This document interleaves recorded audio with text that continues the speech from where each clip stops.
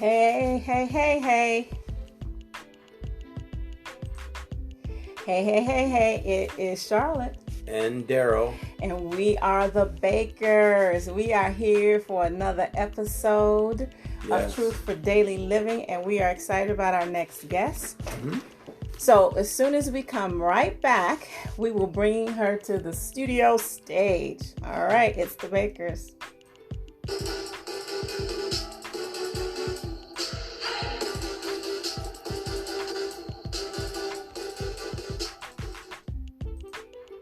All right, we are ready to bring her up.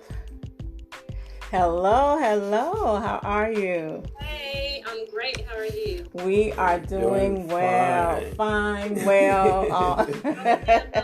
It's good to see you on the screen, Kalia. Yes, likewise. Good to see you guys. Yeah. Everything is doing great. It is. So before we jump in, we just want to again say welcome to our podcast, Truth for Daily Living. We are glad that you are joining in with us from wherever you are in the world. Okay, and so for this podcast episode, we have a young lady. She has many degrees, very well versed. So we are excited to have her. But before we start, we want to make sure you go and check out our previous episode that will be loading very soon here. So we talked about two populations that are in need of assistance. They're very vulnerable populations. So make sure you're looking out, checking out our YouTube channel. Check out Linktree, Marriage Enrichment. And then you can find out the actual name of that particular guest and when it's coming out. All righty. So with that being said, let's get started with our current guests. And the first question we want to ask is, was really a statement, right? Just introduce yourself. So let our audience know who you are. Yes, well, thank you for having me. It is an honor to be on today. Hello, everyone in virtual world. My name is Kalia Wilkinson, author, designer, CEO of Woman 31 Living. So excited to be here today. I am also an associate licensed counselor. So yes, wear many hats, and I enjoy everything that I do. That's great. Great. So being a licensed counselor, now, do you have your own business or do you do this within another company? Great question. So I am currently an associate licensed counselor working to become a fully licensed counselor, which is an LPC. Currently, I work at a school. It's called the Day Program, and I'm a school counselor there for students that are from 7th to 11th grade who are just in need of extra support to earn additional credit hours and just have more of a closer knit environment versus the massive schools that we are seeing more and more of. It's a smaller setting, and so I'm a school counselor there with about 15 young ladies that I counsel within my circle. Great. So I'm sure your day is very, very busy. It is, but it's a good busy. I'm really able to sew into these young ladies, help them goal set, help them really just shift their mental stage, and it's just such a good feeling to be able to do that. So are you only counseling young ladies at this stage of the game, or what? Well, good question. So there's 4 counselors that work within the unit, and so there's 2 male counselors, 2 female counselors. Every now and then, if the men in the center are sort of booked and loaded, then the ladies will get young men. But they try to just keep it with, You're the same gender. Gotcha. Yeah, and that's wisdom. That is wisdom. Because I totally understand working around youth and teens, the years that I was in the public school, and even outside of that certain young ladies are not going to necessarily share certain things with men. Right. And that's fine because they don't feel comfortable. Sure. So it's good you guys have incorporated that into your program that way. I'm sure it's probably no other option anyway.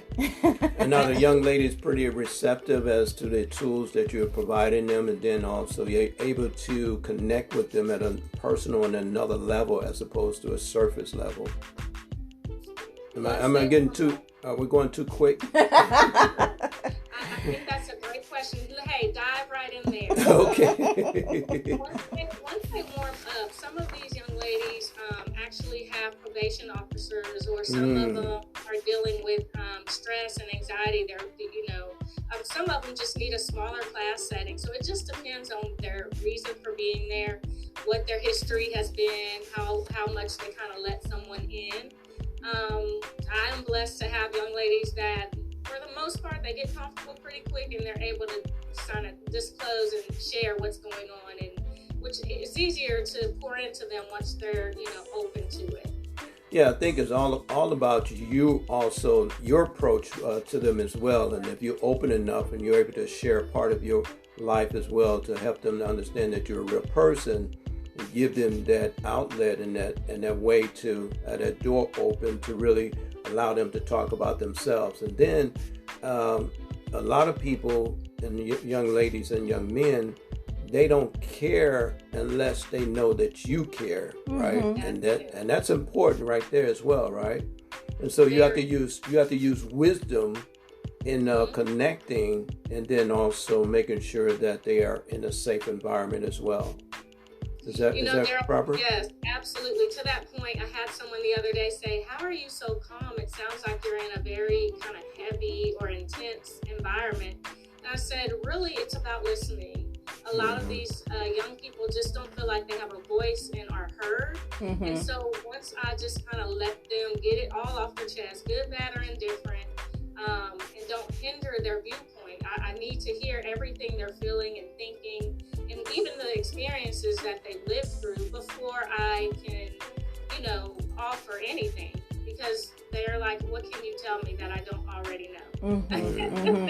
That's true. I remember when I was in the school system, although I wasn't as a counselor, again, like I said, when kids are in difficult situations, they are willing to listen to whomever will listen.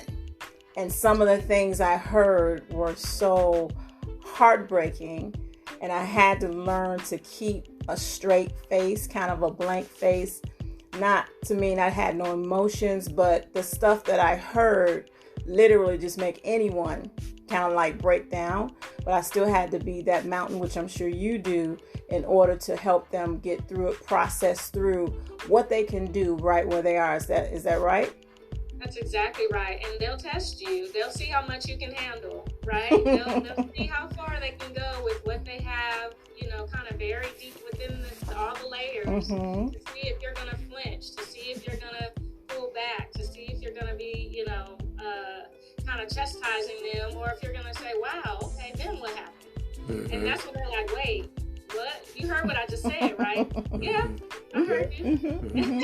They don't realize, and probably internally you're like, oh my goodness. You just want to scream like, no, yeah. Right. That's how I was as well. And it sounds like one of the greatest attributes as far as the communication is being a good listener, right? And not interjecting, and then not being prejudging and being judgmental as well. Because that right there will close a locked door. I mean, that'll slam the door shut, sealed. You would not be able to get in if you had a jackhammer. You still won't be able to get into that, into the minds, right? So that's important. Right. Yeah. And then, go ahead. And then let me ask you this as well. I know we're going fast. We're going deep, man, because you listen. Yes. Some of the things you said already basically is so interesting, right? So what do you do to detox from all of the information that you're receiving, because you cannot, handle all of the pressure and everything that they pouring on you. So you have to detox as well, and you have to compartmentalize some of those conversations as well. So excellent question. So what's your way of doing that? Yes, what's my remedy? Yes. I definitely think that I love taking walks and even running and jogging. That helps me just kind of physically release any tension I might have felt. Sure. Or internalizing what's happening. I find a way, even with just like stretching and yoga, things of that nature, to breathe. That's important. and really allowing that to kind of pass through. But most importantly, definitely having a prayer life for me, it is a non-negotiable. I have to take that stuff to someone bigger than myself to figure out how to navigate those things, right? Because what may be the right answer for one student isn't the best answer for, and it can be almost identical situations, but it doesn't mean it's the exact same response that that student needs. And so I personally have to see, the Holy Spirit, the counselor, my counselor, yes, in the spiritual sense, to figure out what's my next move with this particular situation. And then secondly, I think every therapist needs a therapist. So yeah, there you go. Whether it's a small group of, women or men or what have you, or just a one-on-one, I have a life coach that's amazing. Just someone I can kind of pour into. And also I have an amazing LPCS. She's my supervisor. And she's able to also be a listening ear for some of those situations. She's been in the game a lot longer than I have. Her name is Crystal Cummings, and she's amazing. She's able to offer resources and, her experiences that just help me leaps and bounds versus me trying to figure it all out myself. It's just one of those things when you have that connection. Oh, that's beautiful. And network. That's Absolutely. Beautiful. Now, the acronyms that you use, and for the sake of the audience, can you break those letters down for us? Yeah, all those wonderful degrees there. Yeah, all the letters, all the alphabets. Okay, so an ALC is an associate licensed counselor. Okay. An LPCS is a licensed professional counselor supervisor. And so I'm under her care, so to speak, right now. And once I earn, I think it's like 3,000 hours of supervision, then I will be then granted my own licensure as a LPC, which is a licensed professional counselor. So that takes about 2 years then when you're talking about those hours, right? Exactly. Okay. So how far in are you at this point? I am just a few months in. Okay. So I have probably about a year and a half left. Okay. Okay. Very good. That's great. And it will fly by. Yeah. I'm sure. Yeah, it so will. You keep dealing with those heavy cases, man. It'll be here before you know it. The hours are accruing quickly. Yes. So let me say now, even in the middle at this point, just we commend you because we know us having a non-for-profit ourselves, although yours is for-profit, I believe, right? Is it for-profit or not-for-profit? The company? Yes, Women 31 Living is for-profit. Yes. So, and let me touch on that because we always like to inform our audience because we're not just speaking to married couples, we're speaking to anybody that's listening. So for-profit is just as it sounds. It's something you created, an organization to create profit. That's your main goal, besides whatever your mission is. Whereas a not-for-profit organization, that is not their goal to necessarily make profit, although they can. You can speak to your attorneys about that. We're not giving advice, but we're saying that's not your goal. Your goal is to help a particular group of people, a population, because you feel they have a certain situation and you want to have this mission you have to help them. So I just wanted to clear that up between for-profit and not-for-profit. There we go, business lovers. There you go, little tidbit. Yeah. So the mission is basically, when you sum up what you do, I think is, like he said, is deeper than, of course, the clinical world would say. It's really to save the lives of the people you come in contact with. And that happens not just on the clinical side, may I say. It happens because of you being in the faith. Amen. Would you agree? Touch and agree. Yeah. I mean, I think that's very important from our perspective, that you can have practicality we believe practicality with spirituality. That's what we really talk about, our premise, even with our company, DNC Marriage Enrichment. You have to have both. Because when you're talking about the lives of whether it's a single person, a married person, a teenager, everybody is looking, like you said, they need to be looking to plug into the actual source. And so you are one of those conduits that would allow these young women to find, if they didn't know what the source was. You just being who you are. You don't have to preach and have a big, Bible and crop. No, it's just being the light.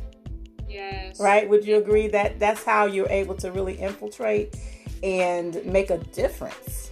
Yes, 1,000%. Charlotte, it's funny. A funny story. One day I had 3 young ladies that particular day that came to school, and I meet with all of them on a regular basis. First young lady went through her weekend. She was great. The second young lady came to me and said, I'm really wanting to learn more about God. So my antennas are like, okay, Lord, where do we go? Because it's still a school setting. Show me what to do about this. And I said, well, tell me more about what that looks like. She's in a kind of a foster care system right now. And she said, there's a library there and there's a lot of books about God. So I found one and I'm really enjoying it and I want to learn more about God. 15 years old. I said, well, that's awesome. If there's anything that I can do to help you with that, you just let me know. About an hour later, the third young lady comes and she says, I've been watching TikTok a lot and there's been a lot of prayer videos and I want to learn more about God. And I said, okay. The right person. I said, TikTok, huh? She said, yeah, they just do these really cool prayers. And I said, okay. So they both left and went to lunch and I got to work. I started praying okay, Lord, what do I do? Well, I actually had some soul-searching books that I had in my own personal library in my office, and I felt just the leading of the Holy Spirit. Just add that to your library for everyone to see, basically. In that same week, you guys, both of the young ladies came in. They come in, grab coloring books or whatever they want from the library. Both of them grabbed the soul-searching book and asked if they could take it with them. And I said, absolutely, when you're done with it, bring it back. Awesome. But that was a way of me not having to say, all right, let's get the Bible out. I just added it to my library and they just happened to come upon it that week. And so it was such a God thing and I was so excited and, still, of course, praying for them. But yeah, it was just such a God moment. And I was like, that's awesome. That is awesome. The principle that comes to mind, seek and you shall find, right? So they were seeking answer and they found a direction and found some answers in which you were provided indirectly, but directly, unspoken. So that's wisdom right there. So absolutely. So, yeah. So let's transition to, we're grateful again for you helping the youth, but your company. Okay. Because that primarily focuses on grown women, is that correct? Is there a certain age group you typically try to? Now. We're shifting. We're shifting. Is there typically a certain age you kind of see that gravitates towards your message for Women 31? Yes, Women 31 living work. I would say 18, 19.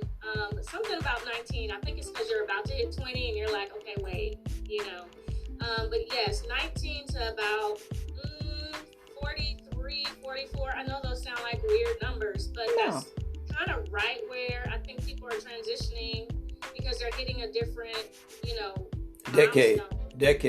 Yes. Exactly. Yes. Exactly. Mm-hmm. So there's a shift.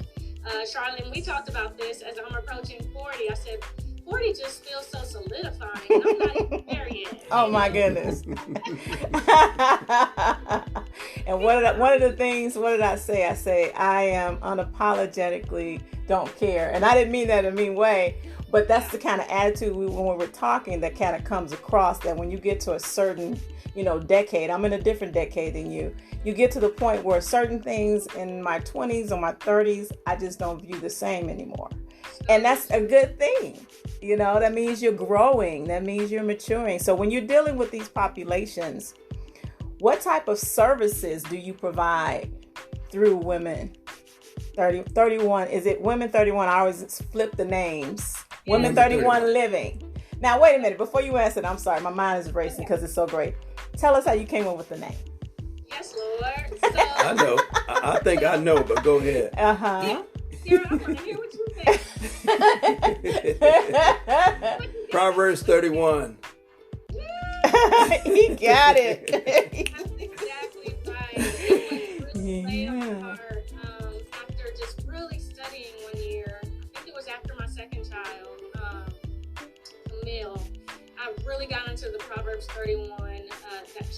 her and realized that this woman, although she displayed all the things, I really just doing a study learned it wasn't all at one time.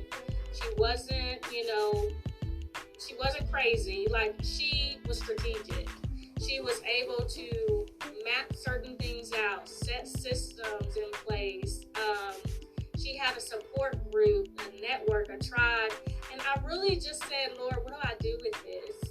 And through that, he laid a journey into womanhood, which is actually breaking down Proverbs 31 by verse. Oh, and wow. making a daily journal out of it for women to really just kind of delve deeper and study what that chapter is telling us.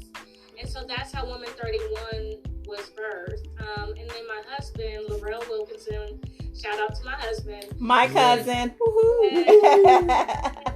He said, why don't you add living in it? Because it is a lifestyle. It's one of those things that, we walk out daily. It's something that's not just like a one and done. Yes. So yes, Woman 31 Living came from Proverbs 31, just being inspired by that chapter. So have your I don't want to say customers, have the ladies been very receptive to what you're offering, what you've seen thus far? So far, so it's really funny because I've had a Facebook group for the longest. There's over 1,000 and some women that are a part of that group, which just blesses me. That they would even share social space with me, right? Because we've got tons of options. But through that group, just really connecting with women, learning what their heart cry was, learning what their needs were, and channeling that into my passion, which is writing, just opened up so many doors where I've been able to create grow groups, where we gather and just talk through the scripture, talk through real life situations, using one of my books, Rested and Relevant, which is a powerful title in and of itself, because a lot of us feel like if we're resting, we're not relevant, or we're not rested, so, where is our relevance? So Rested and Relevant was a book study that I think it was about 13 women and I did virtually during COVID. And between the laughter and the tears and the epiphanies, the aha moments, it's just one of those things where I felt like God was like, keep going.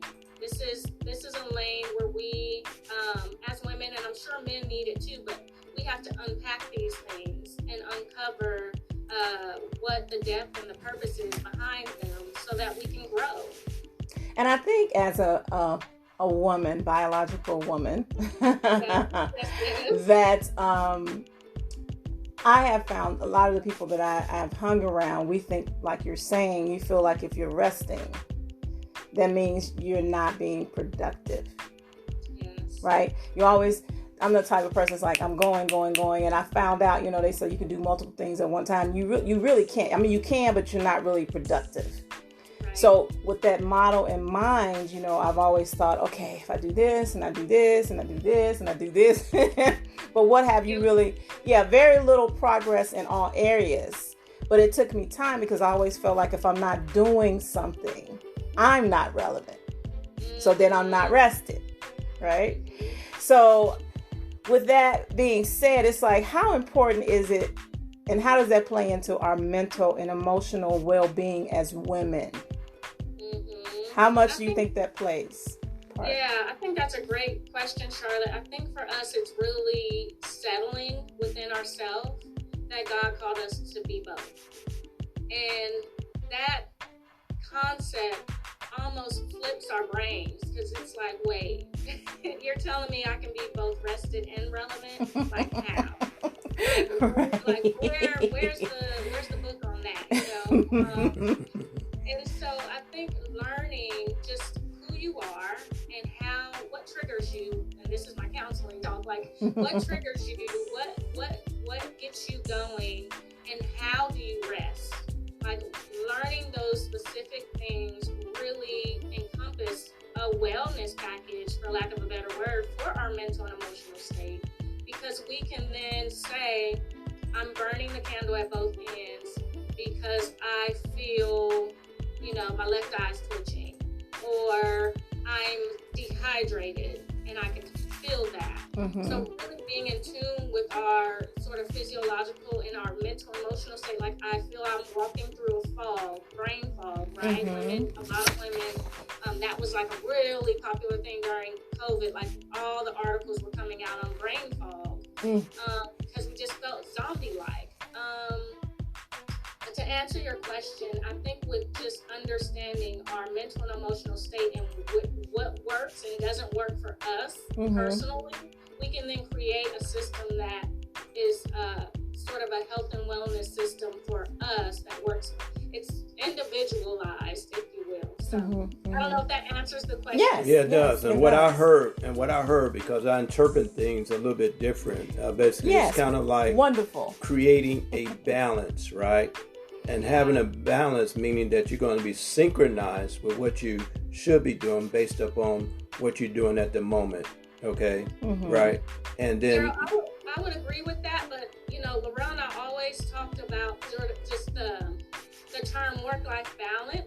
Yeah, okay. And we've started using life-work fit, and I know that's a little bit different, but life-work fit is how is work and even fitness, or how is work and all the things fitting into our current life, because there is no balance per se. And I think especially those of us who strive for I've got to find a balance, for me it was to a point of exhaustion trying to find that balance until I realized what's fitting in this particular season of my life, what fits and what doesn't, and so that's how I sort of map it and internalize it. What's my work-life fit right now? What's life work fit? How is all of this thing working together right now to make sense? Okay. And what's not making sense any longer?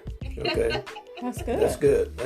Because you have to recognize, you know, if it's not fitting, then of course you don't need to be doing that during this time, right? So you can clear your table or your plate, so to speak, and then you can regain focus as to what's important at the moment. Yeah, that's good. So, have you seen that trend occurring in the lives of women as it relates to wellness? And let me do it like a part B as well. So basically, have you seen women or noticed, or maybe you have put others before your own self-care? You know, self-care is the big term that's been around for a while. Have you put yourself in second position, and have you seen women doing the same thing? And have you replaced the word self-care with another right word, another term? You know what? I've heard in Christian circles, at Christian conferences, and just different pastors and preachers I've heard say soul care. Okay. And that was interesting, and I think there's a difference, but I understand where they're going with it, because, you know, in the whole sort of spiritual sense, self-care is too much all about me, you know, and I get all of that. I still am an advocate for self-care, but I think also internalizing or understanding soul care too, what that looks like, is important. So great question about that. I think they're about one and the same, although some would argue that they're different. But, you know, while we were quarantined, I studied the self-care wheel, and it actually does include spirituality. So for me, it's okay to still say self-care, although a lot of us automatically go to the spa days and, you know, mani-pedis, and I'm taking myself out to eat because it's self-care day, you know. But it's actually different kind of pillars to self-care. And so the emotional aspect it should be included there as well when we're talking about self-care, right? Because the fact that you have to make sure that you're emotionally stable, you know, in seasons and times, because sometimes those emotions can get out of sync as well, all right? Especially if we're carrying too many burdens and carrying responsibilities that's not necessarily ours, but it's responsibilities of someone else. And so, and when you said that you have someone that you're able to go to, a colleague that you're able to go to and be able to get the type of care that you need, and be able to detox as well, right? So that's important. And that's why even when we counsel, whether it's just talking in general to someone unmarried or married, I really try to hone in on the point that we are a trichotomy. Nice. A body, a soul, and a spirit. So when in my mind, when you say self-care, that's where my mind goes automatically. Mm-hmm. Self-care is body, soul, and spirit. And so many people, like you said, just focus on body. True. But you can't separate the three parts of yourself. You cannot. So if you're going to take care of one and starve the other two, you're still going to be abnormal. You can go do all the Botox, all the, waxing and all the things. Right. And you still feel like something's missing because it's internal. Emotional. It's the eternal, it's the spiritual, it's the mental, it's the emotional. You don't take care of I love those three. Mm-hmm. Mental, emotional, and spiritual. If you don't take care of those three things, you won't have the energy really or the consistency to take care of your physical, in my opinion, because you're here in your mind or you're here wrestling with emotions, or your spirit man is starving. Yes. So it's really those three things, in my opinion, that catapult you to do the other physical, financial, social areas of your life because you can do it from a healthier place. That's right. And it's really a disservice to yourself if you don't deal with all three components. So we're going to scream that from the rafters. When you see this, whoever sees this, we're going to continue to do that as we counsel. Self-care is body, soul, and spirit. And especially if you're married. Okay, I'm only going to speak from the woman's side. As the wife's side, we have a lot of hats that we carry. And we definitely have to deal with all three components. And I'm not saying men don't. But I'm saying we definitely, because sometimes we tend to, the stereotype, women are a little bit more emotional. And then don't put in, like you have kids, you have more than one. I just have one. But having children, period, the whole thing, when you're talking about pregnancy, from that on, until they grown and gone, you are dealing with so many things because you're trying to raise another human being and pour in what a woman could pour into that child. And then let the husband pour in what they could pour. You know what I'm saying? So you have to make sure if you're not whole, if you're wounded, if you're hurt, if your emotions are all over the place, if you are in a mental distressed place, what are you going to be pouring into those children? Or what are you going to be pouring into anybody that sees you if you're just in the store? Yes. Right? So I know what you're doing is such a great initiative because, again, I think we as women have to slow down sometimes, like you say, rest, and we talk about taking accounting of your life. We did this on a video not too long ago where we talked about how we have been in this state for 20 years. Lord have mercy, where did the time go? But the point of the conversation was we decided to take an accounting. What have we done in 20 years? Wow. So you had to sit in that thing and really think about it because you just keep going and going and doing and doing. And if you don't give yourselves the little pats on the back to say, you know what, girl, you did this. You did that. Like we said 20 years ago, we didn't have a podcast. Hello. Right. Yeah. Thriving podcast. Well, okay. Let me say it for you. Say it, girl. Say it. 20 years ago, we didn't have all these, I have a master's degree. He has several degrees. He's a licensed agent in 48 states. We didn't have that 20 years ago. So even though it's been the challenging to have a balanced self-care model, meaning body, soul, and spirit, we still were able to accomplish things in the midst of challenges. Oh my goodness. Yes, challenges. Can you agree that even though it hasn't always been easy, especially your mom, you have had challenges? Listen, how much time you got? Okay. When I tell you, being a mother of three, and they're each and you guys have spent time with them, they're each so very different. Precious. They're precious. They're brilliant children. And having to sow into them based on who they are, in addition to still loving and caring for my husband, and then still loving and caring for myself, it's a lot. It's a lot, and it's one of those things, to your point, if we don't stop, take a pause, take into account all the things that we've been able to do, doesn't mean it's been a straight shot. Doesn't mean there haven't been 2 steps forward and 10 steps back. It doesn't mean that we haven't had trials and tribulations, right? The Bible tells us those things will come, but to take heart.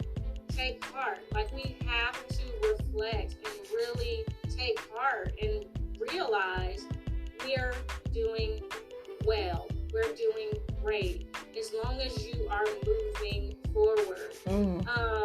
One of my favorite quotes is by Valerie Burton, and it says, when a woman is both passionate and content with her life and her work, she is the epitome of success. That's good. That's good. That's good. It doesn't mean that we accomplish all the things at one given time, but are we content? You know, have we gotten to that place of just being content, even if we want more? You know, are we passionate about what we're doing? Even if it's not exactly where we want to be, is there passion there? If you have those 2 things, you've succeeded. You're doing great. Yeah. Yes. So that's what I encourage women with Women 31, like with our networking group, Skills Savvy and Secure is a networking group that is a quarterly group of women who are like launching businesses but scratching their head at the same time, or are thriving and successful but just need other women who they can share that they've reached their, third quarter profit goal, and not have people that don't quite get it around them where they can't express that. And so it's a group of women where we can rally and cheer each other on, and even answer some of those, small business loan questions or business credit line questions, and really get into that stuff around like-minded individuals. So, that's good. That's all I need to plug in. Oh, and if one of the messages, if anything you get from this podcast, we hope you get women. Men can say it too, but I'm talking about women at the moment. Make sure you take time for self-care. And I keep bringing that up because I had a moment even last week where I felt like I was like in a whirlwind, kind of overwhelmed. I had several things going on. And so that the end of the week, I really heard Holy Spirit said, okay, it's okay for you to rest. I mean, it's like, it was like I'm talking. He said, I want you to rest today. It's okay. Yeah. And I was like, whoa. Because I feel like, but I need to. I said, today is your rest day. Yes. And at this particular time, he said, go ahead and eat. Just rest your mind, your body. Because I have been going on fumes because I needed to meet this deadline for something. And it was just like, wow, that was a breath of something so simple. So simple. And it really helped me to reset. Would you agree? I love that word. Yes. That's one of my favorite words. Is it? Reset? Reset. Yeah. I think it's important to rest and also rest without feeling guilty. Okay, so that's the challenge right there. Mm-hmm. Okay, if you resting, attempting to rest, and you're feeling guilty about what you should do, you didn't do, you need to do, you're not resting. Okay. So you need to rest and release all of that, and then let things work itself out as well. And then in resting and resetting, it's going to give you a different perspective. You have a different level, a different energy level as well, because you gave yourself time to rest, and now you can regroup, and now you can go forward perhaps with a different plan, a better plan, and an executable plan that's not going to take much of your time, because now you're going to be able to advance it, at another level. So, I think it's something. I think there's something that we all have to learn how to do as well. Ooh, okay, yeah, resting without feeling guilt, shame, or feeling as though that you need to do something when it's time to rest, because ultimately we only are able to do as much as the body would allow us to do as well. And if the body doesn't get this proper rest, eventually is going to take its rest. You're right. That is the truth. Yes. It will say, "Oh, okay, I'm gonna help you out," and it will literally shut down on you. And so being, I remember working through a business plan with a friend, and we were mapping out all the content creation days. And she said, "You know what? We missed something. Where's the rest days?" And I was like, "Huh?" Because we got all the content calendar mapped out. She's like, "No, just like we mapped out the content, we need to actually put on the calendar rest day." And I was like, "You know what? That's wisdom." And so that's what we did. And Daryl, to your point, I'm one to wonder, and I guess this is sort of that counseling mindset. Why am I feeling guilty? Where's the shame coming from? And how do I actually get to that core, to that root, and pull that thing up? Because I'm not supposed to live feeling ashamed or guilty for resting. So it's something that I've learned or internalized, or there's a belief there that I've got to figure out where is that coming from, so that it doesn't constantly sneak up on my shoulder like, you should be doing X, Y, Z, right? And so once you really get to that point of understanding, why do I feel this guilt? Where's this guilt coming from? Yeah. And really uprooting that thing. I'm about doing that work because, again, you can put a Band-Aid on it all day long. You can look great on the exterior, but if you really don't dig into why these things are happening with a therapist or with journaling exercises or a conversation with God, a nice hot bubble bath, whatever it is for you, really figure out where's this coming from, because it continues to push me into exhaustion because I'm trying to avoid feeling guilty or ashamed because I want to rest. Right. So God don't want you to be, he don't want you to be driven, because that's the enemy would drive you. God wants to lead you, right? So if he's leading you, then that's going to be a pace, right?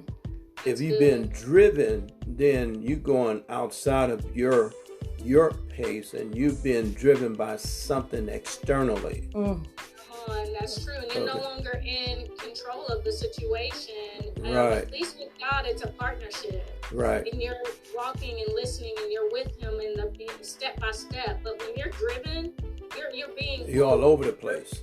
You can be all over the place, right? All over the place. Charlotte, you have me laughing to myself. I remember a few years ago being on the verge of just overwhelmed and like, oh my God. And I told the assistant director that I worked with at the time, there's just not enough hours in the day.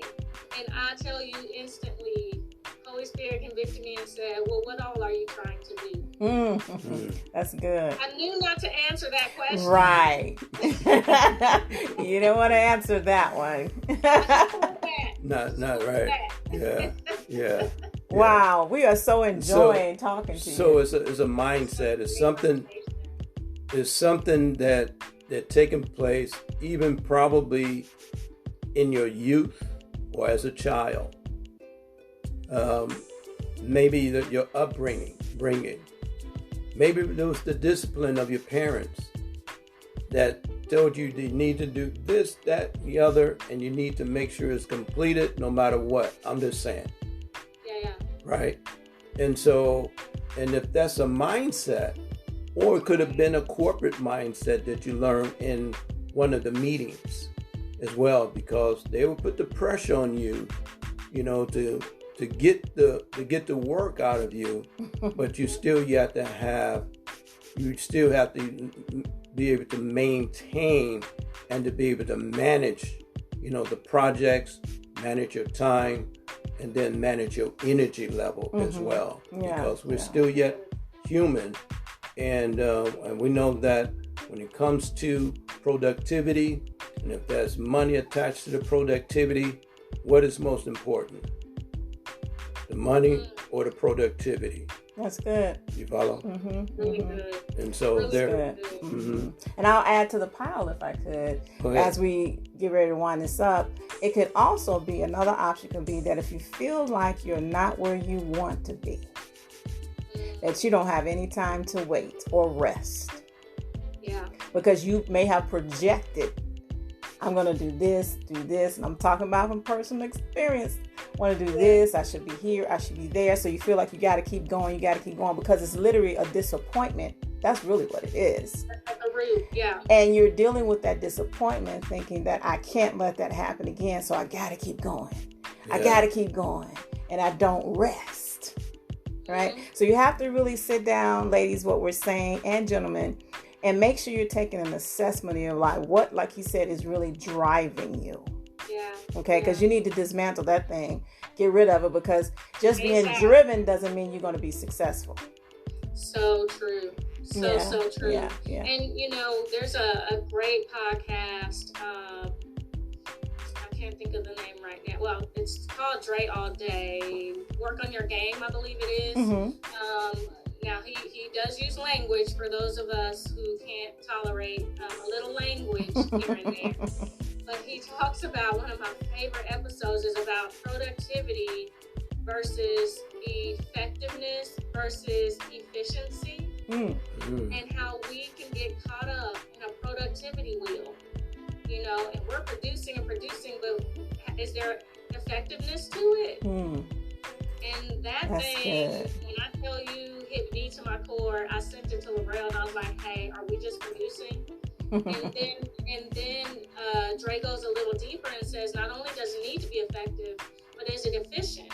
How much time and money and resources did you put into that thing to be effective? And so it totally changed my mindset on producing, because I can produce and create. I'm a creative at heart. I can do that all day long, but how effective is it? That's good. Is it? That's good. So That's I definitely want to reiterate that to your audience. Most people who are driven or who have goals aren't afraid of producing. But we've got to take into account if it's effective and if it's efficient. That's good. That's good. Yeah. Wow. I'm gonna use that word. Yeah, I'm gonna use a word that you don't necessarily like. Now, that's balance, right there. Yeah, that's balance. That's balance. I know what that word right now. Yeah. That's balance. Wow, it's been so great talking to you. I'm just like, just like couch conversation. It's like you feel like you just. We had to. Truly, now, truly. Before we let you go, we started this thing where we ask our guests. We have like 3 questions, and we ask them at least one of those. So I just want to ask you this particular question. We've been asking this one a lot, but I think it's important. Do you think everybody has a purpose, especially now that you're working with young ladies, women between, you said 18, 19, and 43? I think I got the numbers pretty close. Do you think everyone has a purpose for life? The short answer is yes. Mm-hmm. I absolutely think that everyone has a purpose for life. I think that finding that purpose is part of life's journey. And I love to say, it's the happy in the doing. It's actually in the doing that we figure out, I'm actually purposed for this because I put in the energy and I'm doing it. I'm living the purpose. That's great. So yeah, everyone has it. Great. Now, do you have a podcast? I do. Okay. It's called Woman 31 Living with Lyric K. Wilkinson. Lyric is my stage poetic name. Okay. When I'm in the poet scene. And it's LYCRICC. Okay. LYRICC, excuse me. Lyric K. Wilkinson. But yes, Woman 31 podcast. Okay. So how can we or our audience find you? I know one of the things is go to your website, women31.com. Is that correct? That is correct. And I hang out on Instagram quite often. Okay. IG. Woman 31 Living Co. So there's the IG one. And then, yeah. And what else were you saying? Oh, there's a Facebook group. Yes. This one? Mm-hmm. Okay. Yep. So there's multiple ways to connect. Yeah, and then you have a private Facebook group, so they'll have to at least contact you first on the regular side, and then I guess join that group after you've given them permission, right? Yes, ma'am. Yes. So again, on IG, it's IG at woman31living.co. Great. No doubt. Huh? I said dot because I get used to saying dot. .com. Woman31living co. You be thinking of websites. You can shoot me an email, KhalilWilkinson@gmail. But yes, multiple ways to get in touch with me, and I'd love to meet you, get to know you. If you want to learn more about Woman 31 Living. Great. You have anything else for her? No, as we wrap this up? It's been a great podcast. Yes. You got a lot to offer. You got a lot. Yeah. You're doing a lot for your community and also helping the generations. You helping generations, okay? And which is important, that you're impacting them in such a tremendous way that you're able to help them to become what they are to become. A young lady that should be productive in society, but also should be whole. Yes. And also have a vision and a purpose for their lives. And a lot of times when a person is so broken, they may not have a vision for themselves, but if you're able to help them to identify it, and then you're giving them purpose to live and to live on purpose. So that's tremendous and that's beautiful. So thank you for being a part of the kingdom that's effectuating change in our lives of individuals. And I would love to collab with you on some things coming up. You have any events coming up in the rest of this last quarter of the year? Anything? Yeah. So we have the Skilled Savvy Secure networking event actually next Friday for women business owners. Every Tuesday, 6:30 a.m. Central Time, we have the She Rise morning prayer call. And that's just 30 minutes, but we all have such a great time laughing, cutting up, just praying for one another. And we do a devotion. So that's the She Rise prayer call every Tuesday morning, 6:30 to 7 a.m. Central Time. And then in December, the end of the year, we'll start the Rested and Relevant Grow Group again with just going through that conversation series with women who are, it's a good season to remind ourselves, right? To be rested and relevant. December. Yes. And try to center ourselves. Yes. And not let, all the Christmas activities. Right. Yes. So, ladies, this is for our conversation has been for anybody, but specifically ladies because of our company. So, single ladies or married ladies, make sure self-care. Remember, that's the top of it. Make sure you get in contact with Miss Kalia at Women 31 Living, and make sure you connect with her. And I think that's where we're gonna end it. Yes. If you have anything else you want to say, I just want to tell them, mention that they've heard or connected through this amazing podcast. I definitely want to put reference where they heard, and I think that again, you all are doing such a beautiful and amazing job. You inspire Laurel and I, and you have a beautiful daughter, and I'm so excited to learn that we have family ties. Yes. Now tell them real quick, how long you been married? 13 years. Great. Yes. Okay. Just celebrated 13 years. Great. September 13th, you said? 18th. Okay, then. And we've been married 23 plus years. Mwah. March 18th. March 23 plus. Have an anniversary coming up.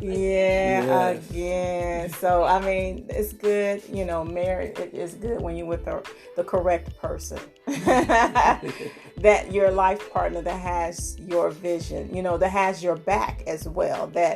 And let me say, I must end it with this, but, when you're in a relationship, your spouse that allows you to be who you are. This guy allows me to be who I am. Sometimes silly I am, but he allows me to be who I am. And that has been such a breath of fresh air coming from bad relationships in the past. He lets me be me.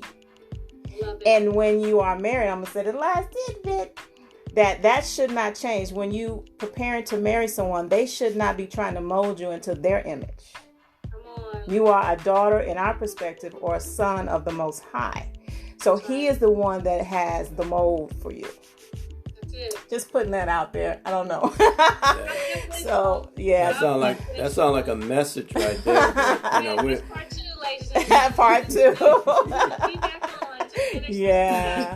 Well, we know you have your hubby and your baby, so we're going to release you. Thank you so much for being a part of this podcast. We'll be tell talking the again. we said hello. Okay? Yeah, and the babies. They're not really babies, but yeah, tell them we said hello. And we'll be talking soon, okay? Yes. You thank take care, so hon. much. Okay. All right then. Bye-bye. Okay. Bye-bye.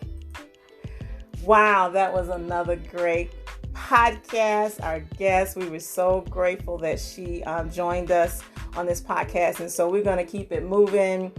And we hope you enjoyed it. Yes. And so we just want to talk about a few things before we release you, to let you know about some of the things we offer. First of all, our website is enrichmymarriage.com. You can go there and check us out on that website. We have several, but that's our main one. And we talked about we like to combine practicality with spirituality. So one of the things that we do, if you're in the Georgia area, we provide what we call Tablescape Rendezvous for Two. It's basically a 2-hour pop-up escapade where we come out, we pop up, we have many different things. So you can always go to the website and check that out and book your tablescape. So basically you pop up, we pop it up, we give you prepackaged food, and you just sit there with your special honey, and we have some activities, and then it could be on your back deck, your back porch, it could be in the park. And so that's one of the practical ways we feel you can even get some rest. Even though you're resting together, right? Absolutely. All right. Another thing we want to talk about specifically to married couples, we have something coming up real soon here. It is our marriage cohort. All right. So it is a 6-week course. And so 23 years plus of marriage and counseling, couples, engaged couples and married couples. We have the opportunity in this particular cohort to help you share or find out information that we want to share. So again, it's 6 weeks. It's a cohort, so you'll be with other couples. It is information we recorded, and plus we have weekly or every other week where we come together on a Zoom and talk. So make sure you go to the website, marriagecourserecipeforsuccess.com, to see what the next upcoming date will be for this course. Invite your other couple friends, because again, the more the merrier, and we'll be looking forward to sharing that time with you. Okay. Let's see what else we want to say. Book releases, you guys know. What's the one I just released, babe? Oh my goodness. The profitability of suffering. Long suffering. Oh my goodness. That is an ebook. I want you to make sure you get your copy. Please. Okay, go to our Linktree Marriage Enrichment. That's where you can find it. And I just know it's going to bless you. I'm just going to leave it at that. But it was a process based on my life. And that's how this kind of came about through, like I've said before, through meditation and that message I received. All right. Another book that we wrote together for married couples is Marriage Takes 3. Yes. And some of that we'll be using in the cohort for the 6-week course. So make sure you go. You can go on Amazon.com and get that. You can go right to our website, enrichmymarriage.com, if you want a specialized signed copy, and we'll get that out to you right away. And I think that is about it, honey. What do you think? I think that is. I think that is. So just look for us around town. You know, check us out. Again, we're everywhere. And he laughs when I say that, but you know, we on Twitter, or it's now called X. We on Meta. We on IG. Oh man, TikTok everywhere. We be TikTok and IG, and yeah, we on even Pinterest. Okay, we're everywhere. So make sure you check us out. You'll be seeing this podcast real soon, but go to our Linktree to get the link to find out who's coming up next. That's going to be released not long from this podcast. So make sure you check us out. Okay. Anything else, honey? I think that's about it. Just, all right. Like, subscribe, and also hit that notification Yeah, button. yeah. And thank you for joining us. Our YouTube. Yes, thank you for checking out our YouTube channel. Please, we thank you for spreading the word.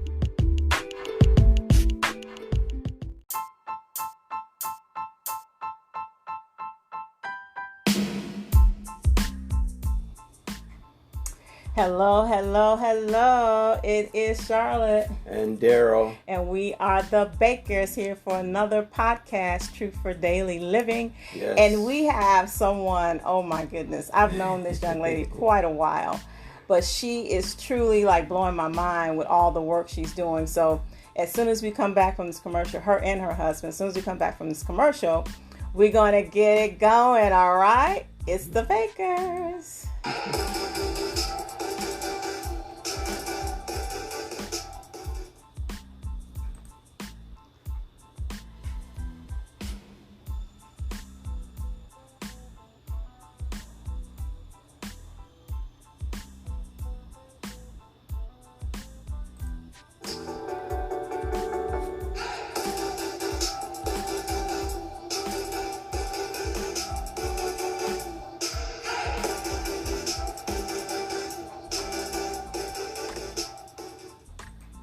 All right, we're bringing our guest to the stage now. There she is. How are you? Mr. and Mrs. How are you? Mr. and Mrs. Crenshaw. Woohoo. Yes. We are so glad to have you on our podcast, Truth for Daily Living, and we welcome everyone else that will see this, whether it's in the morning, the evening, the nighttime, around the world. We welcome you to our podcast. And we say thank you, Crenshaws, for joining us. Real quickly, we want to just say, make sure to our audience, you check out our previous show. We've been recording, oh my goodness, some great guests from Yes, we have. things you can name, from postpartum depression to business to art. Understand your purpose. Just check us out. We're not going to tell you anymore. You just go right to our YouTube channel, Marriage and Rich with the Bakers, and you can check out. So our last one that's going to be loading tomorrow, if you're in October, it's going to be loading. It's called It Is Time to Reset Your Rhythm. That's going to be happening soon. And also what's going to be loading is about the two populations that are in need of assistance. So just check that out, okay? So with that being said, we're going to jump right into the show again with the Crenshaws. Woohoo! So this topic, this is what we came up with. We thought this was appropriate. The importance of health, wellness, and saving or serving the community. That's it. I think that kind of sums it up, right? Yeah. That sums it up. So without any further ado, let's go to our first question. And we want you guys to introduce yourselves. Tell us who you are. So I'll start. So my name is Suzette Crenshaw, also known as Suzette Ross Taylor. Yeah. I am a transformational coach and the president of Creative Minds Academy and Musical Arts Center.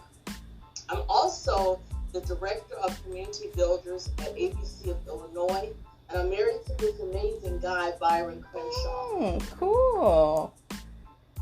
All right, Mr. Byron, what you want to say to us? What you want to say, sir? Byron Crenshaw. What I do some of everything here. I work at public school in safety and security, but most part-time that me and my wife do is Creative Minds Academy of Musical Arts Center. And it has taken off in various different directions with our workforce development program that my wife spearheads so wonderfully. I'm learning so much from her in this particular field, and as a man, I'm not really ashamed to say so. She's a very brilliant woman, and that's for real. Awesome. So many different things from there. But I'm also a musician. I play guitar professionally. Okay. God has blessed me where I've got my music is in 60 other countries, actually. Wow. That's beautiful. That is beautiful. You look up my name, Byron Crenshaw, on any of your digital platforms, from Apple Music to Spotify, and just put in Byron Crenshaw. And I'm so elated to say it comes up artists. and I'm elated. I mean, I told my wife and tell my business partner, listen, I will never ever start acting like a kid in the candy store with my name coming up as artist. Can you believe it? I mean, artist, and I'm just amazed with that. So I was blessed, Mary's blessing as well with this Creative Minds Academy Music Arts Center, Yes. and the variations that it's doing in terms of workforce development. I'm getting a joy out of it. Really, we talk about serving the community. I'm getting a joy because we're able to actually hands-on help people for real, not for play, but for real. So since you went there, we're going to flip it a little bit. We're going to put Herbalife at the bottom since we have the founder here, okay? So let's jump right into that. Tell us about the nonprofit organization and its mission.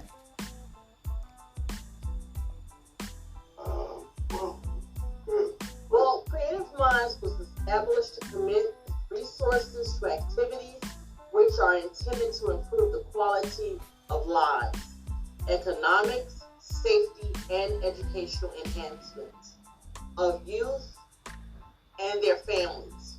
Our mission is to impact the lives and the standards of living through a holistic approach which addresses such needs as education, counseling, employment, and building the total family unit when applicable. Wow, that's a mouthful right there. Yeah, that is.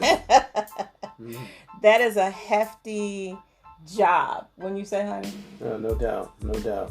So, what drew you to this community, and also wanting to, build families, communities? And when you talk about education, you're talking about health, you're talking about awareness.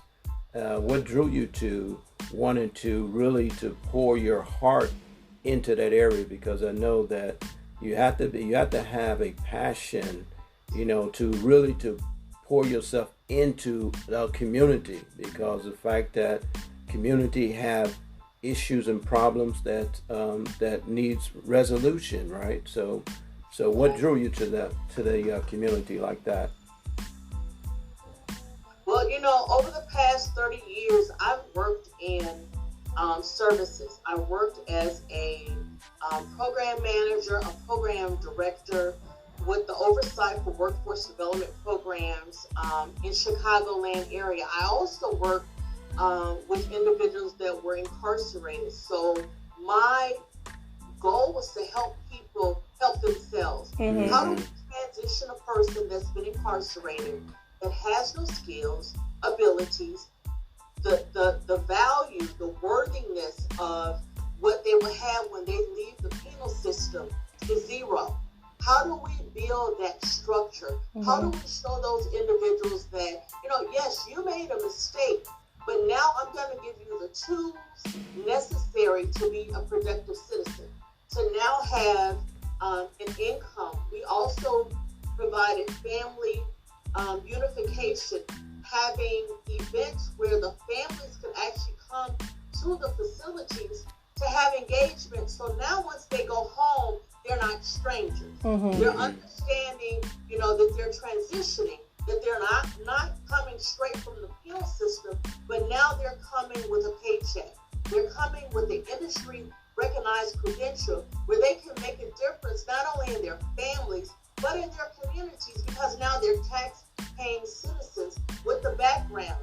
And after a couple of years, we're working on getting those backgrounds expunged or having a sealing done where we can really make a difference in their lives and now build our communities. That's great. Now, as the founder, Byron, why did you decide to even start it? Because, starting a nonprofit, we know, because we have a nonprofit as well, is not easy work. So what inspired you to do that?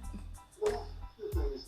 As my wife is talking, it's just amazing. I kid you not, this is a brilliant woman, and I thank God for her. I say it all the time, and I just say it publicly all the time because I wanted to really know. And I'm looking at her time that she spent in refuge in DOC, 18 years dealing with individuals that were incarcerated. Well, on the flip side of that, I'm a former police officer. So, with that being said, and then I work in Chicago Public Schools as well. So I see it from a different spectrum. And I think, and this is my saying. If people had opportunity, if they knew better, they would do better. And I'm just a proponent of that. I mean, I believe that. No, you're not going to save all, but you can save some. And so when we see that, when I've seen that, you talk to individuals, and I keep it, as the young people say, I keep it 100 with them. And they so much because in the days of young people living, there's so much rhetoric that is go their way, and they don't believe it. So you've got to be upfront, honest, and tell it to them sometime in a row. My wife looks at me as cringes sometimes when I'm talking, because I'm talking to them in a row. But she sees the result from it. They'll come up to me and say, I appreciate it. I appreciate you telling us just like it is. Why? Because you can sugarcoat it all you want to. These young people, as well as old people, they want a way out. Right. Creative Minds has been a blessing in that it's provided a way out for them. If you take it, that's on the individual. But I'm just excited. I'm excited. I mean, just so many great things. We couldn't even tell you all the great things that have been happening. Seriously, honestly, my wife, she works for a company where she has so much, and I told her the other day, and this is no lie, I told her, I think I told her yesterday, we were praying, I said, God has given her favor.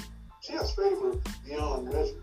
I mean, people that are in higher places are coming to her saying, we want you to do this, we want Creative Minds, and I'm like, in my wildest dreams, like I said, as I started this some 12 years ago, I, being a musician, I wanted an outlet for individuals. So the slickness of what I did is that music was the hook. Yes. Ultimately, education was the kitchen. And so the hook, everybody wanted to be the next Jay-Z and the next this, that, and the other. But we know that everybody doesn't make it in the music field. But if you have education, then you can prepare yourself forward. So wow. That's great. Wow. That's great. So did the name go ahead, babe. Go ahead. I was gonna say, did the name come out of when you say Creative Minds because you are a musician, you think you kind of drew from that? Because music is really a creative art to me. It is. So how did you come up with the name? I mean, is it from the music? Like I said, we were originally, when I was coming up with this, we were just brainstorming, me and one of my associates, and creative minds. Okay. And it just stuck. And so I had to add on the other piece, Creative Minds Academy, and then Musical Arts Center, because what we wanted to do is bring young people in, have a full-blown studio, okay, where they could come in. Because let me tell you something, I'm going to be quite honest with you, our young people are very, very talented. They just don't have the resources or the opportunities as some. I agree. So we've got to give them the opportunity, because they can act, they can sing. I mean, it's just amazing. But they don't have the resources to, how can I say, to have those things cultivated and brought out of them. Wow. What were you going to ask him? No, what I was going to state is this. I think you guys have a marriage in the type of experiences that you have, basically, and as you continue to collaborate, because you say you're a former police officer, so you understand the mindset of the street, the thugs, that mentality, right? Absolutely. Right? You're absolutely right. Absolutely. And then Suzette, she have the ability to understand how to bring the service.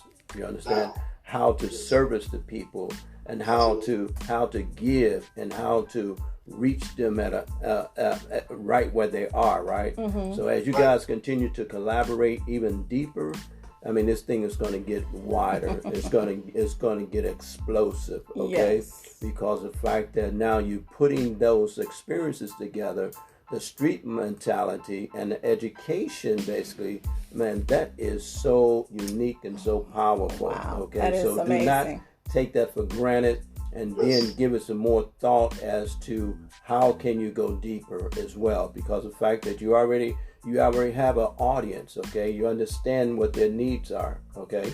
And then when you demonstrate to them that you care, then of course, then that's when they're going to open up the most. Isn't that right? Can I say this? Sure. Yeah, absolutely. Can I say this? Hey, this is your show, man. When I tell you that is honest to God, the truth in reference to feeling and caring about people. Someone said what's from the heart reaches the heart. Yes. Mm-hmm. So folk can tell when you put them on and you shucking and jiving. Folk really love when you coming straight from the heart, because let's face it, out here in these streets, nobody's for real. Oh, yeah. It's a game. They don't have a real face on. They have a fake face on. So when you get somebody and they see that you're for real, you're really good. I tell these young people in class, and I'm talking about a young man that, in particular, I'm thinking about him. This young man was incarcerated 9 years. He just got out 4 months ago. I'm just, God is blessing this young man's soul. When he first came in, I was telling my wife, he was kind of like, they got that hard mentality. But see, let me tell you something. You can see it all through that. And so now he makes his way. He communicates with me all the time. He makes his way to me to shake my hand, and we're looking at each other. And it's a blessing, because there's a mentality that you have to maintain in a penal institution. Everybody knows that. You can't come in and smile. You come in and smile, and you got a problem. So you have to come in with your mean face on, Brother Bacon, and you got to adapt to what the situation has presented itself. Not only should you be in that situation, but of course, all of us have made bad decisions, and so that's the thing that me personally, as well as my wife, listen, we've all made decisions. I tell people all the time, look, it's only we're doing the same thing, but we just didn't get caught. Wow. You can work a certain job all you want to, okay? You just didn't get caught. Yes. And what I want to say, I'm sorry, before I ask this other question, I want to really, if you didn't know, my husband likes to affirm. So that was an affirming moment for you both. I hope you got that. And I'm going to continue with the affirmation, saying that you guys are a model as a couple, because we also have that same heart that we want to make it in business, but also provide, serve the community. And so I commend you for, it's a sacrifice, because when you showed me your schedule, I don't even know your husband's schedule. But when you show me your schedule, I'm like, my Lord, when do these people sleep? Especially with the Chicago traffic around there trying to get around. But I commend you. We commend you for what you're doing. Yes. And so I want to get as much as I can before your husband has to leave. Tell us a little bit about the training programs, the core. You had core, Introduction to Basic Construction. So this is the part I want you to tell us about. Now, this is deep to me. I've known you a long time, Mrs. Z. I never knew you had a heart for construction. That just blew me away. I mean, if we just look at you, that we don't see that. So tell us about what you're doing. Is it theory? What are you doing? So it's theory, it's hands-on. Core is the basic of any training program. So if you want to be a carpenter, a laborer, a plumber, everyone needs to have core, because it's the basic. It gives you the safety, the understanding, how to deal and manage with the day-to-day operations on being in the construction industry or in that field. So we teach the theory, but in order to be successful with theory, you have to have some hands-on experience. So we actually have performance profiles. So if we have safety is our first module, well, we're also doing safety performance profiles where they're standing on the ladder, they're doing their PPE, which is the hard hat, safety glasses, the gloves. So they're learning the fundamentals. How do I stay safe? As I teach this class, I'm always telling them, you want to go home every day. What do I need to make sure that I'm safe and the people that are around me are safe? So core gives you the fundamentals of it, and then you get creative with it. My grandfather was a carpenter. Really? And I don't know if you remember, but my grandfather was blind. Yes, I do remember.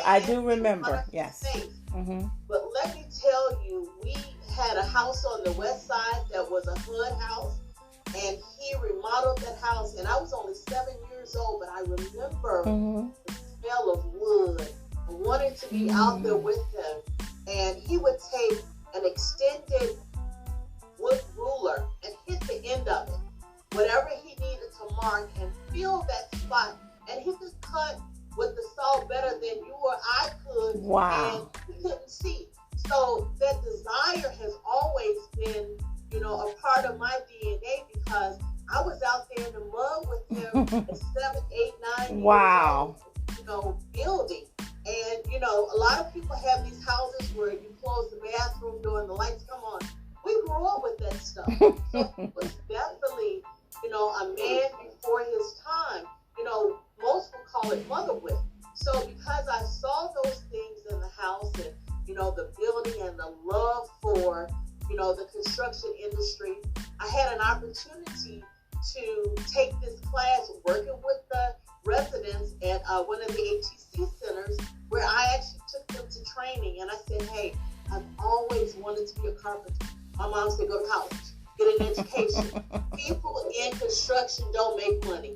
How wrong was Sister Girl Mom? Okay. Oh yeah, definitely. And circle, not only am I back here, but I had the opportunity to train some people, to give them the fundamentals, to get them to understand theory and hands-on of hand tools and power tools. Also construction drawings. If you don't know what you're doing, if you don't know what you're reading, if there's no plan, you can't build. So we're teaching them those skills, up front in that core, where they're really making a difference for, again, themselves and their families. So wow. I am loving it. I can tell. I wonder how I keep going and how I keep moving, because, it comes from the heart. Yeah. There's some joy behind this. Is that the track that you actually lead most of your individuals that's coming from the penal system, and giving them the skill sets that's available to make them profitable, and that they're earning a living for themselves and becoming productive, and also being able to be reconnected with their families as well, right? So you're giving them practical knowledge, you're giving them tools that they can rebuild themselves from the inside out as well. So that's part of what you're doing then, correct? Yeah. Absolutely. That's beautiful. Mr. Byron, you had something to say? The thing is that it's not every child. We want them to go to high school, graduate, go to college. Let's face it, every child is not going to go to college. Right. That's true. Yeah. And every child don't need to go to college if they have a passion for a different career set, right? Right. As long as they getting educated and becoming viable citizens, and increasing in that skill set that they have desire to pursue. Yeah. Like I said, in the Chicago Public Schools, as I work in safety and security, I see, I was over high schools and now grammar schools, and once again, there are children that don't have a desire to go to college, but they desire. So how will they provide for themselves? Well, a viable trade is definitely more profitable. And I'm not going to say, I went to college. I played sports in high school, and in college. College, I would never refrain from it, but I'm telling you, there are some people that are in construction that are making some pretty hefty salaries. Oh yeah, no doubt, no doubt. They didn't have the college degree. They began to get credentials as they began to climb the ladder. So what's a project that you both are currently working on, like actual hands-on? Are you building anything with the students at this point? You know what is happening with us? We got so many things. We get so miscombobulated sometimes, because I kid you not, we're getting so many what is called cohorts. Cohorts are programs. And so we've got them from all stretch of the spectrum in terms of and stuff like that. So we got one that just ended. They were Spanish community, and they were building a gazebo, and they were building a shed. And I tell you, these young people, people, I keep saying young wow. January 23rd, the Lord said the same, I'll be 60. Amen. That's It's a blessing. Praise the Lord. Awesome. Yeah. So we're getting so many different cohorts that, you want them to definitely. So I say that we're building a gazebo, they were building a shed. We're going to have this class build a barn door. So we just get, and once again, none of these people have ever put their hand on a saw. They don't know what a saw is, a sawzall or a circular saw or table saw. And, they don't know this, but the young man I told you about earlier, so he's working for a guy that hired him on, okay, and he's doing pretty well, coming straight out of the Kingdom Institution. He told me the other night, he said that he knows more than his boss knows because of this class. Wow. That is powerful. I was like, whoa. And I had him speak to the class, and I didn't know, and honestly, I didn't know he was going to say that he was incarcerated 9 years and he just came home 4 months ago.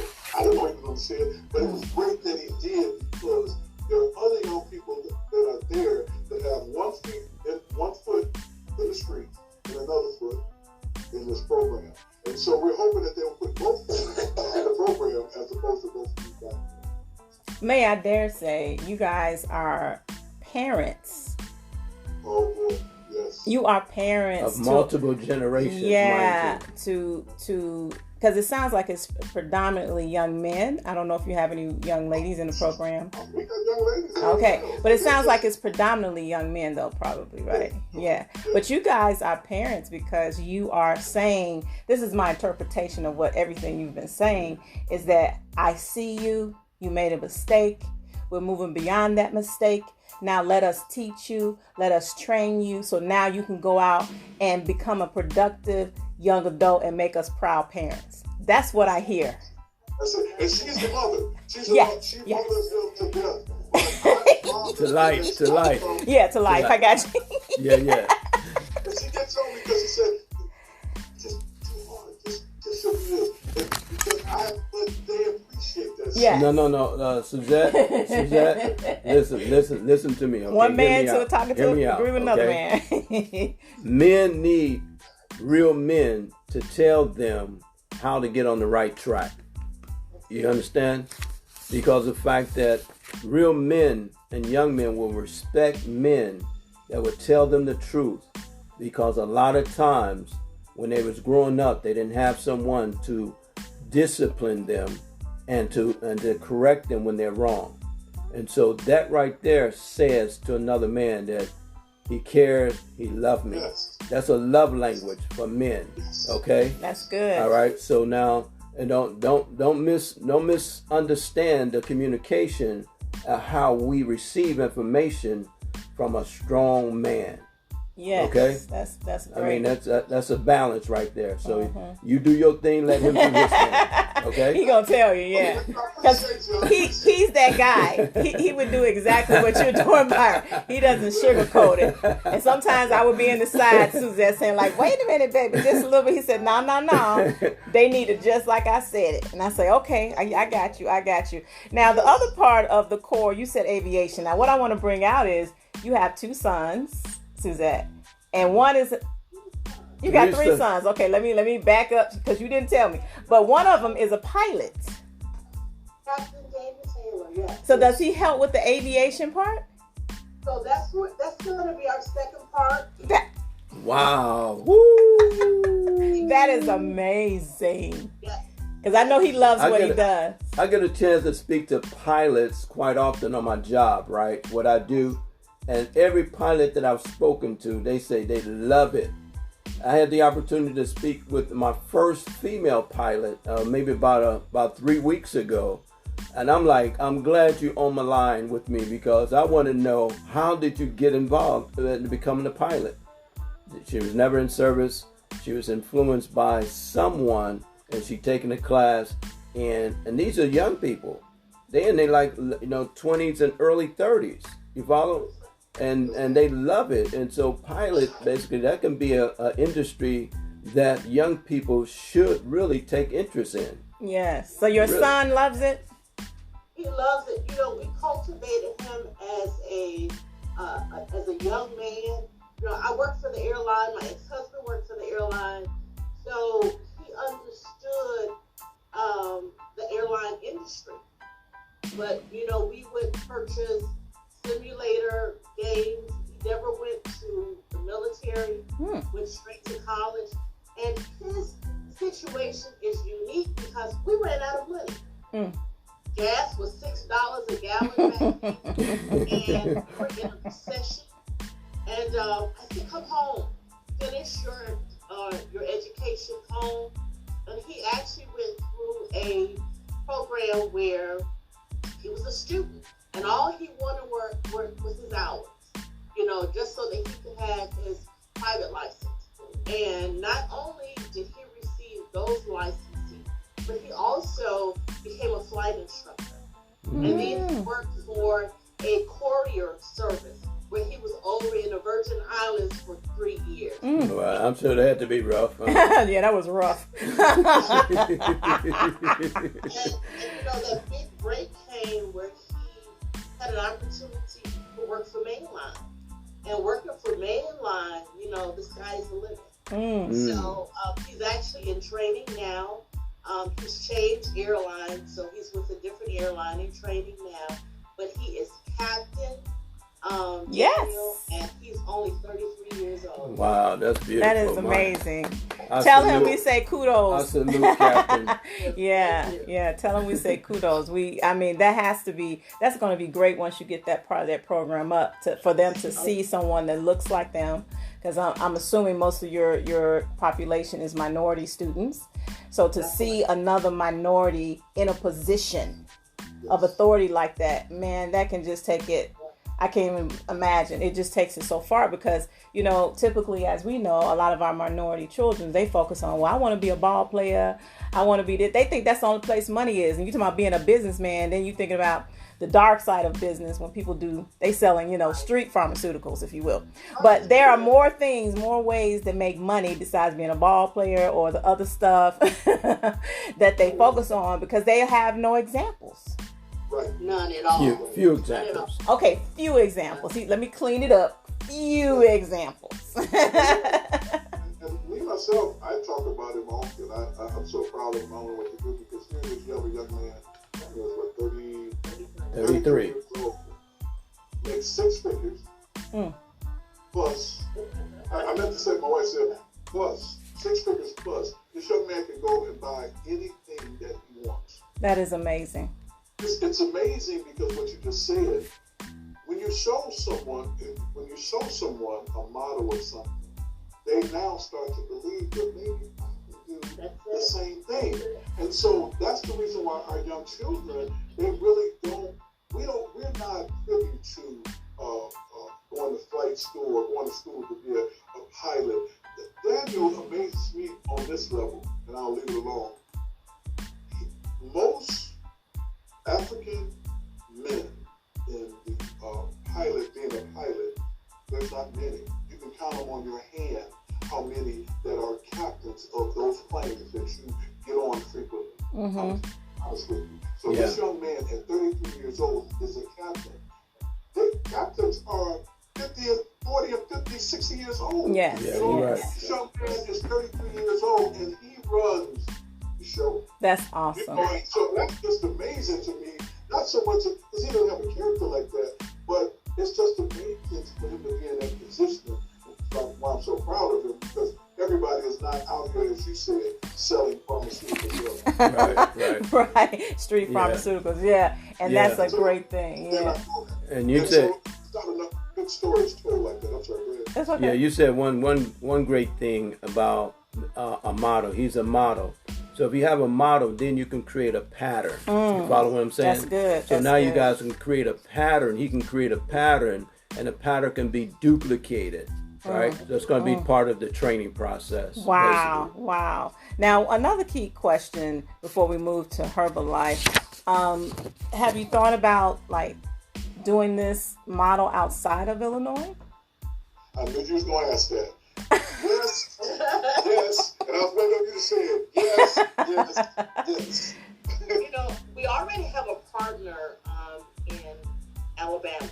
Okay. So we have provided services in Birmingham, Alabama, in Charlotte, North Carolina, and I was somewhere else. I did a training. Oh, I did 2 in Charlotte. That's what it was. I did 2 trainings in Charlotte, and I had one in Birmingham, Alabama. And let me tell you, they're just as hungry there for service as they are right here in Illinois. Just wanted to make change. And you have just as many women that are interested in the industry as you do me. That is amazing. That's amazing. And, when I come in, they were Zoom classes. So when I come in on Zoom, first of all, with the name Suzette, they thought that I was a white girl. Right. And then the second thing is when I actually went to the location to do the performance profiles, they said, you really know what you're doing? Absolutely. Put your boots on. Let's make this happen. Wow. So getting creative, getting them to understand that they can do anything that they put their minds to, And I dare say, I'm going to put this out here. I'm holding my husband's hand. You never know. You might need to come to Georgia. Because as I told you, we also have a nonprofit. It's called Bridging the Gap. And our goal is to help those who have aged out of foster care. And we constantly get calls, and every week is something. But I think the key word you said and some of the things you sent me is about partnership. So I know that's something we have to talk about offline to see if it's even a good fit. But part of what we wanted to do was provide training to those that are in need so they can be self-sustaining. Because, I can give you somewhere to stay if we had the housing now, but then what? Because typically it's like 6 months if they're in different places. Then what? But what you're doing in the meantime? Because we even had someone that we were assisting that was literally, we picked them up off the curb and we were trying, housing him for a bit. And then he ended up in a different program and he was basically not happy with it because in the program, they weren't focused on his aftercare. Because he's like, what am I going to do when I get out of here? And I'm like, that's a good question. I said, you trying to tell me you're going to be there 6 months and they're not telling you, he wanted to go in the barbering, wanted to go, be a barber. They weren't encouraging him to be a barber, to go to barber school. They weren't even focused on the aftercare. And I'm like, well, that's the most important part, man. Yeah. You setting them up for failure. Yeah. It's the foundation. What about the longevity? What about the long term? What about transitioning? What about the change? Yes. Yeah, well, we definitely going to have to talk on the back end because about that piece, because I think partnership is definitely something is needed for us, and I know you know the value of it, and so we'll definitely have to do a different call, wife to wife, husband to husband, to see, because we're 501c3 as well, so we're in the same boat, so But yes, I'm just like, I'm so excited about this creative mind. I know your husband said he had to go, but I know we pulling him in to sit here. I was about to say something. So you guys are from Georgia, right? We're originally from Chicago. Born I know, but I'm saying you're in Georgia. Yes. I went to college in Georgia. Did you? Yeah, in Augusta. Oh, in Augusta. I played baseball at Payne College in Augusta, Georgia. Oh, All right. Okay. This is way back in '81. Okay. Yeah. Yeah. All So Georgia, it would be far-fetched to partner with or come to or whatever. It would be amazing to do so, just to expand. Because as my wife said, there are people all over the country that really want to hear this message, and I believe that we can take it to them. And you guys are part of it. You said that we are a great fit, a great match. So. Yeah. I'm excited. Yes. Yeah, that's great. I would definitely like to talk to you, Byron, offline as well, and just kind of see what you're doing with the men, so to speak, as well. Okay. Yeah, that's one of his things. He really has a heart to want to help men, whether they're young, middle-aged, whatever, that maybe have been broken, don't have guidance, need assistance. He's a very handy guy himself. This guy is really... Let me give my husband kudos because we like to do that on this show. 23 years and counting. I am so 23 years and counting. I am so grateful for this guy because as you mentioned earlier, Suzette, and some of the topics we like to talk about on Truth for Daily Living is the truth. So you were married before, and so were both of us. Mm-hmm, mm-hmm. But this time around, my God. I don't even know. Listen, we'll be on here forever. He's just a great man, a great guy, a great dad. We have a daughter together. He has a son. I mean, it's just, oh my. So I commend you for that, and I commend you because I think, like I said, you guys have similarities in that the building, the construction, not just natural, but even in the spiritual sense. You like to build people up. And when you give people a sense of pride in a good way, a sense of pride because they know how to do something, it gives them a sense of worth. So yeah, you guys definitely need to chat offline and let's see what we can collab on with these nonprofits. We don't want to just be sitting up with these nonprofits, and you guys aren't. We're the ones that got to catch up a little bit because yeah. We just need the manpower. Oh my goodness. So I don't even know where to begin and say thank you, but I want to, before we, start wrapping it up, I want you to jump into, just tell us a little bit about your Herbalife journey, because I know that helps to give you the flexibility with the nonprofit. So let me say again, the things we like to focus on Truth for Daily Living is truth. So truthfully, couples, it is a great thing to be in business together. Can y'all say yes? Yes. It is a good thing to be in business, and it's producing. Even if it's not for profit, we talked about this in another episode. People don't know for-profit organizations is just like it sounds. It's established for profit. Not for profit is established for a certain community. Thank you, Byron, for coming. I know you got to go. Not for profit is established because you want to serve a certain group of people like you are serving and like we desire to serve. So yes, we want you to tell us a little bit about how Herbalife helps you, gives you that flexibility to help with your community that you are interested in. I'm just trying to think about where I could start. First of all, I love it. I went from a size 0 to 280 pounds in a 6-month period of time. I had some health issues. I had a thyroid disorder. And every now and then when I get hot, I'll feel that choking sensation. So that hasn't gone anywhere. I apologize for it.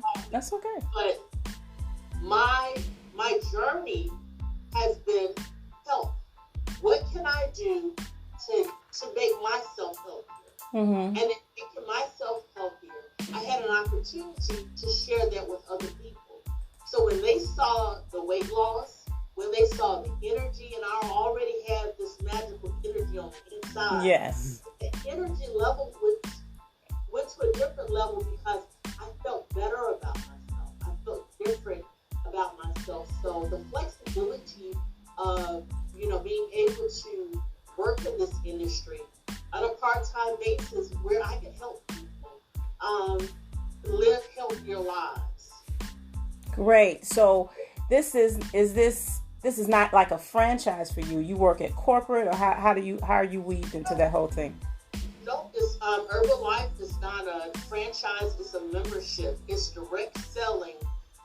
Is that business model? Okay. To avoid the intermediaries in the supply chain and simply sell products directly to the consumer. It's that person-to-person sale. Gotcha. Okay. So you do training within that model too, correct? I provide training within that model. I provide training on products, training on a healthier way of living, and training on how to be financially secure or independent of an employment opportunity, which is a job. Good. Great. So in your opinion, how does physical illness affect someone mentally or emotionally? So I know you can tell it from your own experience. So share with our audience what that kind of looks like. Let me tell you. First of all, I want to put a disclaimer out. I'm not a doctor. Yes. I'm not a professional.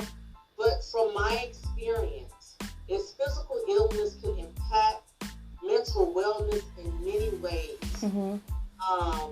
If we're in pain, injured, diagnosed with any illness, or experiencing negative responses to aging, we become depressed and anxious. to the perceived or real limitations that's placing on our lives, either short or long term. Then we have the mental disorders like depression and anxiety can affect people's ability to take part in their health promoting behavior. Something as simple as physical activity. You know, you have a person that is in a mental state, now they don't want to go anywhere. They don't want to do anything. But one thing about it is, for me, mental health is no longer something we encourage to keep quiet about. I'm talking about it. After COVID-19, after that pandemic hit, it taught me that I had to get outdoors, that I had to tell people about a better way of living. You know, the implications of mental health is isolation. How do we move them beyond the scope of, I don't want to tell anybody, I don't want to know, you know, it's the family secret. No, I need some help. And once we discover that we need help, you know, then we have to go to that next level and get help if that's what's necessary. That's right. How long have you been with Herbalife? I've been with Herbalife since 2012. I actually was laid off from my job. Like I said, I was overweight and I needed something to do. And, you know, the thing that got me was the energy. You know, just the energy alone. I would come home, I would have to take a nap, and then I would get up and do whatever needed to be done. Remember, I'm 208 pounds. So I've gone from 105 to 208 pounds in a very short period of time. So now I have energy. Now I'm ready to move. Now when I talk to people about, you know, it's like when you get saved. You know, I'm like, goodness, you know, you want to let everybody know there's something different that has transpired in my life, and you just can't keep it to yourself. You know? That's good. That's a good example. Oh, wow. So would you say, in your opinion, based on what you've seen so far as you travel and you teach and train, that a lot of times people don't put their health first? Would you agree with that statement? Not only do they not put their health first, but they trust doctors. I have a thyroid disorder. I have an overactive thyroid, and my doctor told me 20 years ago that, oh, you're just gaining weight, you're at that age. And I believed him until I start falling out. We have to take control of our health. We have to ask questions. We have to ask, why am I getting this medication? What's the length of time that I need to be on it? How will it affect me in the long run?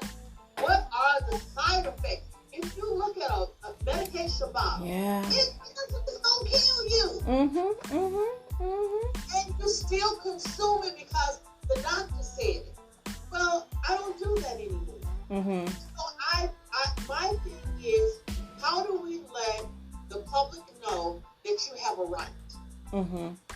That's good. Doctors simply practice medicine. Yeah, that's what they do. That's what they were trained to do. And we're not putting down doctors, so nobody needs to give me a comment about that. Again, as we said, this is the disclaimer. We're not doctors. She's basing this on her own experience, and then we could add, if we had the time, to tell about our own experience, that we've been, doing things a lot differently this year and ingesting the right things as far as supplements and things that we've been recommended by certain non-traditional professionals. I'll put it like that, okay? And so I think that's great that you found a way to share your story about your health journey, because part of the topic today was health and wellness and then serving the community. That's even something that merges together, because even with the young people, you could tell them, hey, you young, but you need to get this in check now. So you don't have to deal with this down the road, right? I'm sure you do that, right? Exactly. Yes. Did you have something you wanted to ask her? Yeah. Wow. You listen, Miss Suzette. Thank you, Mr. Byron. I know you had to go, but wow, I am just amazed. And it's refreshing to hear that other people, like-minded people, do really exist. That want to not only provide for themselves, but want to help reach out to help others and spread the message, whether it is serving a certain community, whether it is getting your health in check, because in, you know, our minority communities, that's a big thing. And I know you've seen that probably over your tenure, but it's good to know that people are spreading the message. Now, one of the things before we really wrap this up, we like to ask our guests one of 3 questions, and I'm going to stick with the one we've been doing so far, because I know you're going to be able to answer. And so the question is,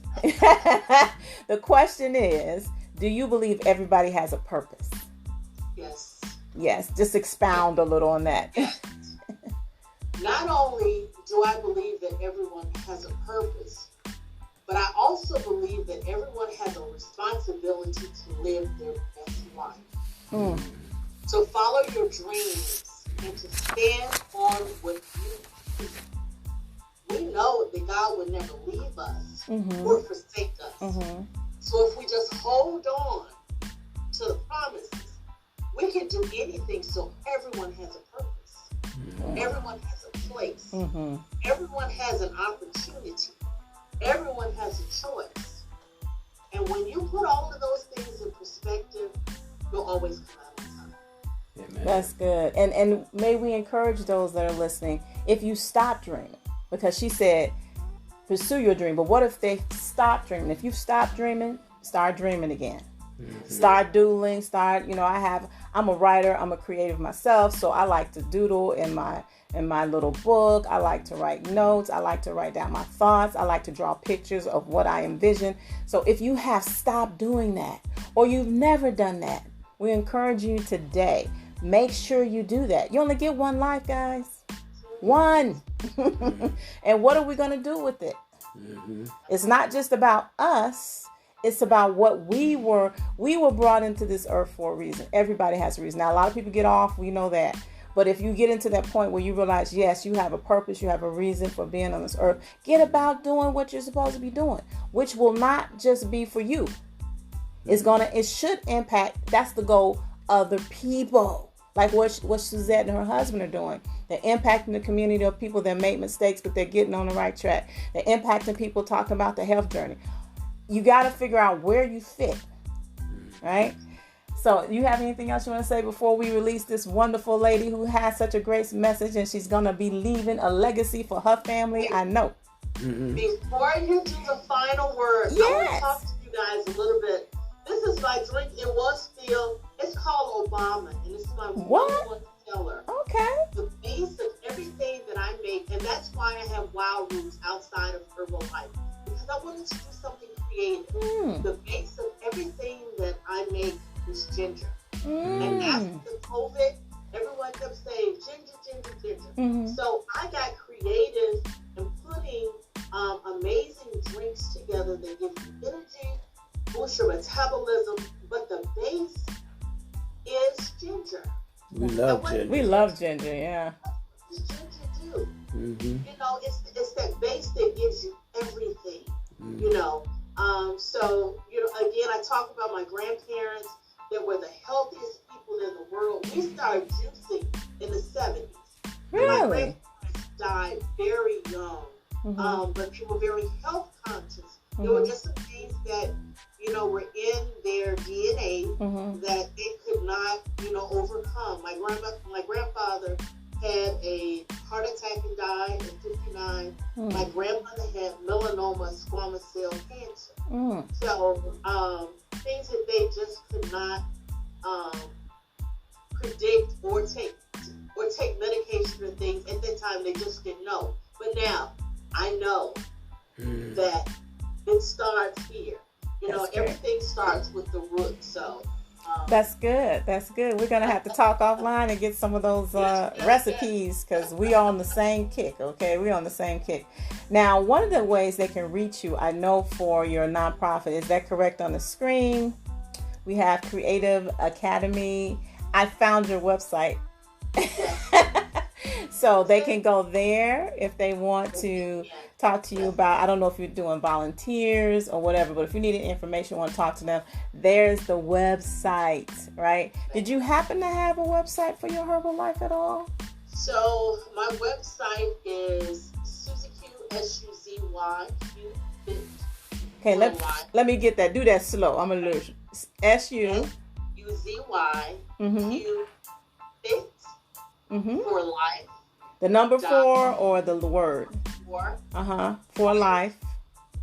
Go Herbalife.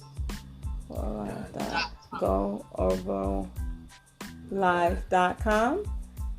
Let's see if where herbal. Let me put that there. I want to make sure I have that. Hey, there we go. I'm gonna add that because I want them to take a look at that. That's it. All right. Or they can simply call me at 773. Okay. 722-9110. Great. Well, we want to thank you. Make sure you tell your husband thank you. Give him a big hug for us for joining us on our episode. It was so much, but we're going to end it now because we don't want to keep you all day because we know this one of your rest days, I think. I'm not sure. Okay. Only rest day. Oh, my. So we're going to let you get to your resting. But thank you so much for joining us on our podcast, Truth for Daily Living. We will definitely be in contact with you, right? And yes, we for sure. We will be in contact with you. And we wish you a great one rest day. And we'll be talking soon, okay? Awesome. All right. Take care, honey. Thank you. Bye-bye. Wow, that was great. That was so much informative information. I am encouraged. I am stirred even more. And so as we begin to end this podcast, we just want to again say thank you for joining us as we talk about subjects that we hope are helpful for you because, again, it's truth for daily living. So daily living is about health. It's about service. It's about many different things. So we hope you are gaining knowledge and information that you can use. Now, one of the things that we do, we are counselors. We have counsel engaged and married couples. So if you are in need of that service, you can always go to our website. It's right there, okay, enrichmymarriage.com. We also believe in putting together several things, such as practicality, things that you need to do hands-on. So one of those things is our Tablescape Rendezvous for Two. And so with Tablescape Rendezvous for Two, it is an opportunity for, we say, a 2-hour escapade if you are in the Atlanta, Georgia area, because that's where we currently provide this service. So if you want us to pop this up, it's for 2 hours on your back deck, on your back lawn, in a park. We are well able to do it. We have a variety of themes, and my husband has enjoyed that. I have. Absolutely. Yeah, I have served him. One of the things, I think one time it was for Father's Day, and then just because, and so he's experienced it. It was a good experience. It was a great experience. Yes. So we popped that up, like I said, for 2 hours, and then we have prepackaged food. So that's one of the practical things. If you are a couple, engaged or married, a way for you to build intimacy and communication, a lot of other things. Yes. Now, another thing we have coming up is our marriage course recipe cohort.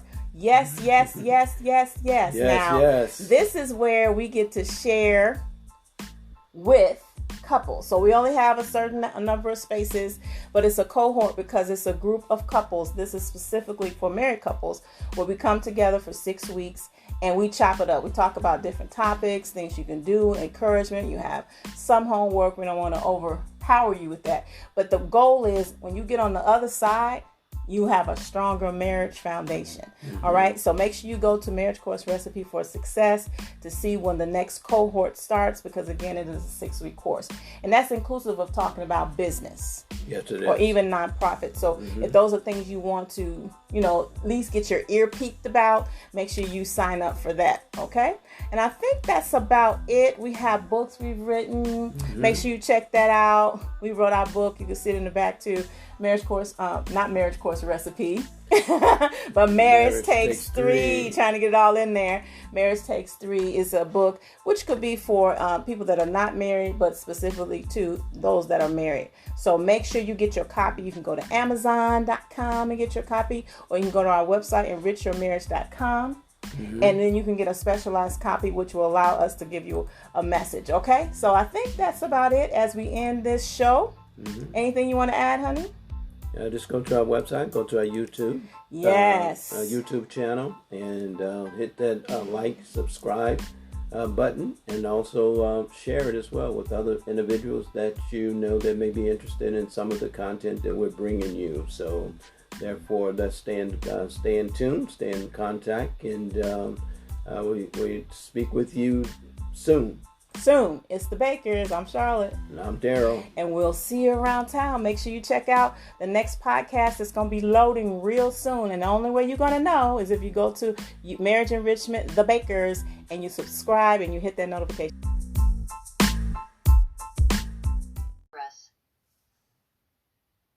Hi, I'm Monique. And I'm Janelle. And welcome back to another episode of Is Marriage Worth It? So our guests today are Daryl and Charlotte, and the way that they became a guest, they found us all on their own. One day, a DM popped into our Instagram, and they gave a brief spiel about what they're about. I don't think I responded right away, and then all of a sudden, they found our Calendly link where you can just sign up to be on the podcast, and so here they are. So thank you guys so much for finding us out and wanting to be a part of this conversation. Sure. Thank you. So to kick things off, can you just tell us a little bit about yourselves? You want to start? Do I? Do you? Okay. No. We do this all the time. I'm Charlotte. And I'm the wife of this guy. Can't see it, I know, because it's not here. Of Daryl Baker. And we have been married. I know that's one of the questions, but we have been married 23 and a half years. We got married in 2000. Yes. So almost 24 years now. Mm-hmm. Where did the time go? Yeah. Keeps drifting and drifting. Yes. So we're originally from Chicago. Oh, Chi-town. okay, that's where we're located. Okay. Yeah, born and raised in Chicago. We now live in Atlanta, Georgia area, though. Hence the Eastern Standard Time. Yes. Yeah, and we've been here about 20 years now. Yeah. And we have a 21-year-old daughter, and we basically have some of the same characteristics. And what I mean by that, we both are people that enjoy peace. So we vibe together. Okay, so we work together well, and it's just been a great it's been a great journey. And let me shout out while you're talking about that. Let me shout out my daughter. She goes to Howard University, HBCU. Her third year, so I had to shout out for my baby. Love that. Yeah. So it's been a great journey for the both of us as well. So we still yet doing life together. We still doing marriage together. We're doing it intentionally, and we vibing. And so I really appreciate her as being my wife and also being a mother of my daughter, and been a great person. Hey, so we're gonna get into your story. So I know you said you guys have been married for 23, almost 24 years. So how did you guys meet? Yeah, we used to work at a company together, downtown Chicago at a law firm. She was there for 10 years. 10 years, yeah. Okay. And so I was working there for a couple of years, and I've seen her, in passing, here and there. And but I was working there for 2 years before I really, really saw her. I seen her in passing, but I really saw her one day. Okay, if that makes sense, you know what I'm saying? But I thought she was weird because of the fact that I would see her in the hallway. Some days I would know her name. Some days it would just slip my mind. I'm like, and I would speak to her, and it seemed like every time I spoke to her, it seemed like she started running down the hallway. And I'm like, this girl's weird, right?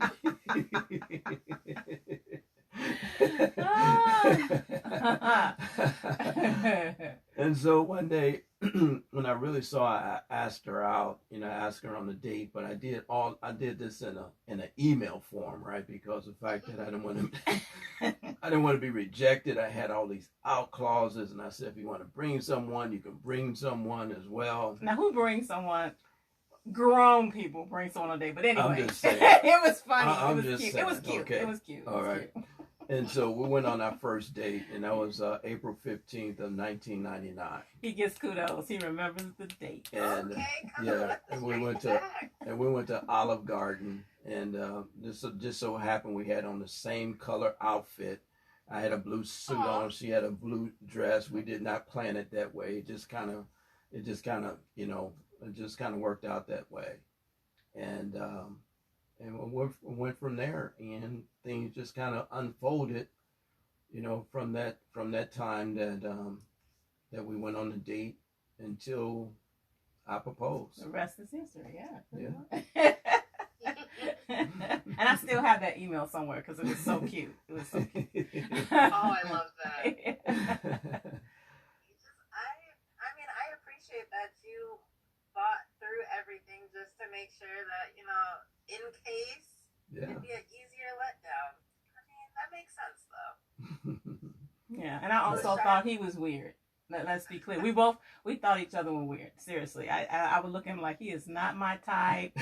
No way. He's always running down the hall. So he was thinking the same thing about me, and we didn't know until after the fact. So yeah. See, I walk fast. You guys running down the hall. No, see, I walk fast, and I was, basically looking. I was always, supporting, He was in users. IT, so he was Users, always having always on the move, right? Yeah, in IT, you got to be moving. So. Yeah, always moving. But but I didn't know all that. She was little. She wasn't really running, but it just appeared to be that. That's the way it seemed, to him. Yeah. So. Yeah. So Charlotte, when you got that email of him asking you out, what was going through your head? I was Have thinking. You noticed him at this point? No. Mm-mm. Other than, let me say this, let me backtrack. So I think it was a couple of Christmases prior to that. So I didn't piece this together until after the fact. I went to our Christmas party at our company with some other ladies, and he just happened to be walking across her, because I was getting a ride from her, walking across her truck. And she just, out of the blue, I hadn't said anything about him because I didn't know him. She said, Daryl would be a good guy for you, Charlotte. And I'm thinking, who? And I'm like, him? Oh no, he's weird. And I didn't think anything else about it. So then fast forward 2 years, there we go. It's just interesting. I don't know how it happened, but I know it was divine. Yeah, it was divine timing. Yeah. So when I got that email, it was just like, okay, I'm really grown up. He's really grown up. We're in a certain age bracket. So it's like, I don't need a chaperone. So I was thinking, man, that's kind of old school, But I did appreciate it because I did run it by my girlfriends. And I said, well, but I said, I'm not going to do a chaperone. If it's weird, I'll just get out of there.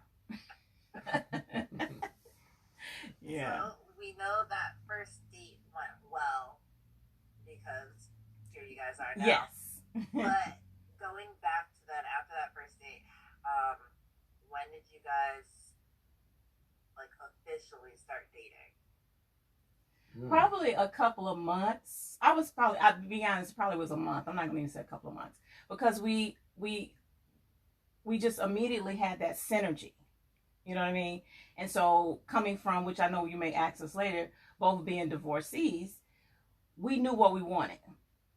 You know what I mean? So it wasn't like, I'm going to waste time. If there's a connection, let's see where it goes. And it just kind of happened like that. The next thing you know, we're just going on date after concert. We was going to concerts and museums. And, Chicago has a lot of different activities. They had Taste of Chicago. It just kept going.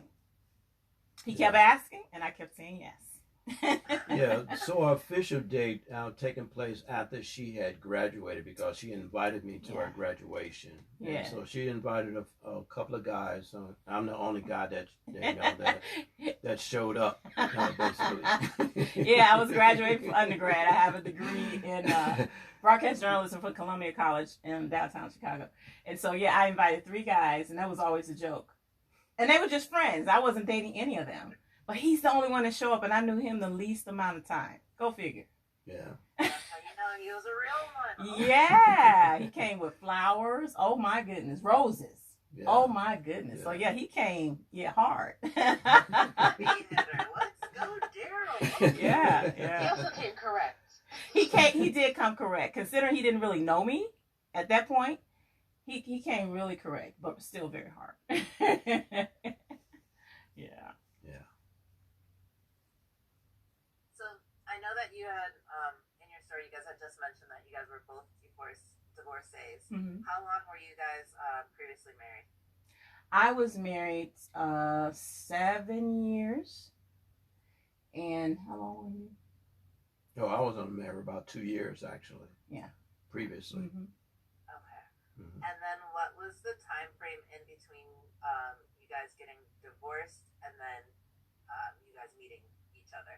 I was single, and I know it all too well, literally 7 years before I connected with him. It was literal 7 years for me.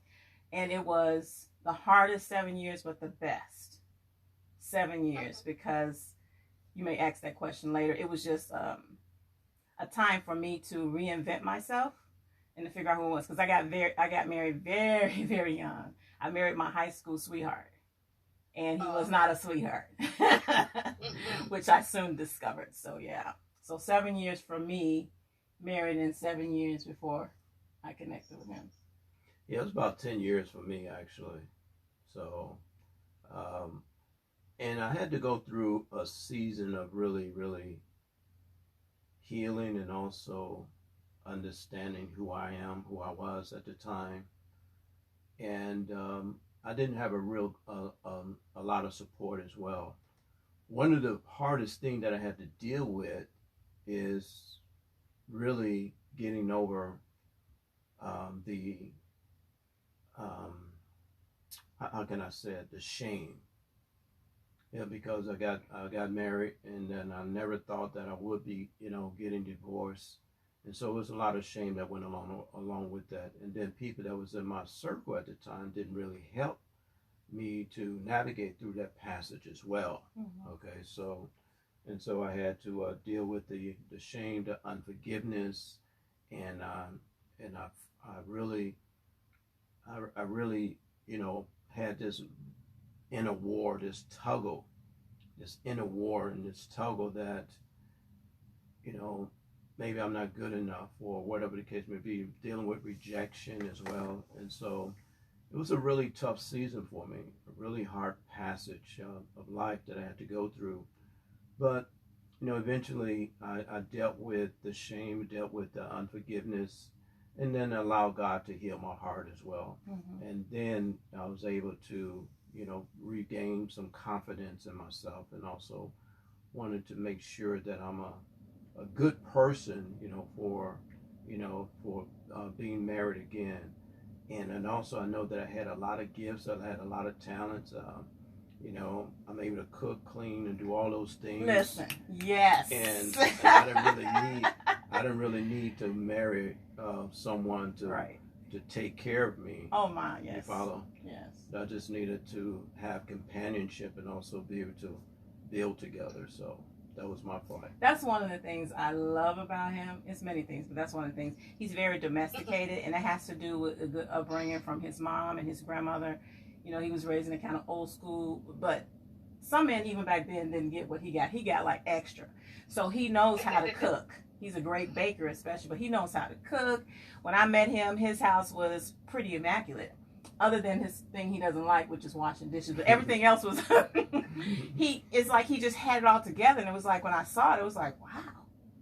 When I saw his place for the first time, it's like, wow, no woman lives here? He said, no, it's just me. But he was just so well domesticated because of his mom and his grandmother and even his father. They were just like, get up at 6 a.m. on Saturdays and Sunday. You're going to work. You're going to clean. So he had no choice. It was just in him. So that's one of the things I really like about him. So he's self-sufficient in that, meaning if I'm not here, he's not going to fall apart. Yeah. So I love that. I love that about him.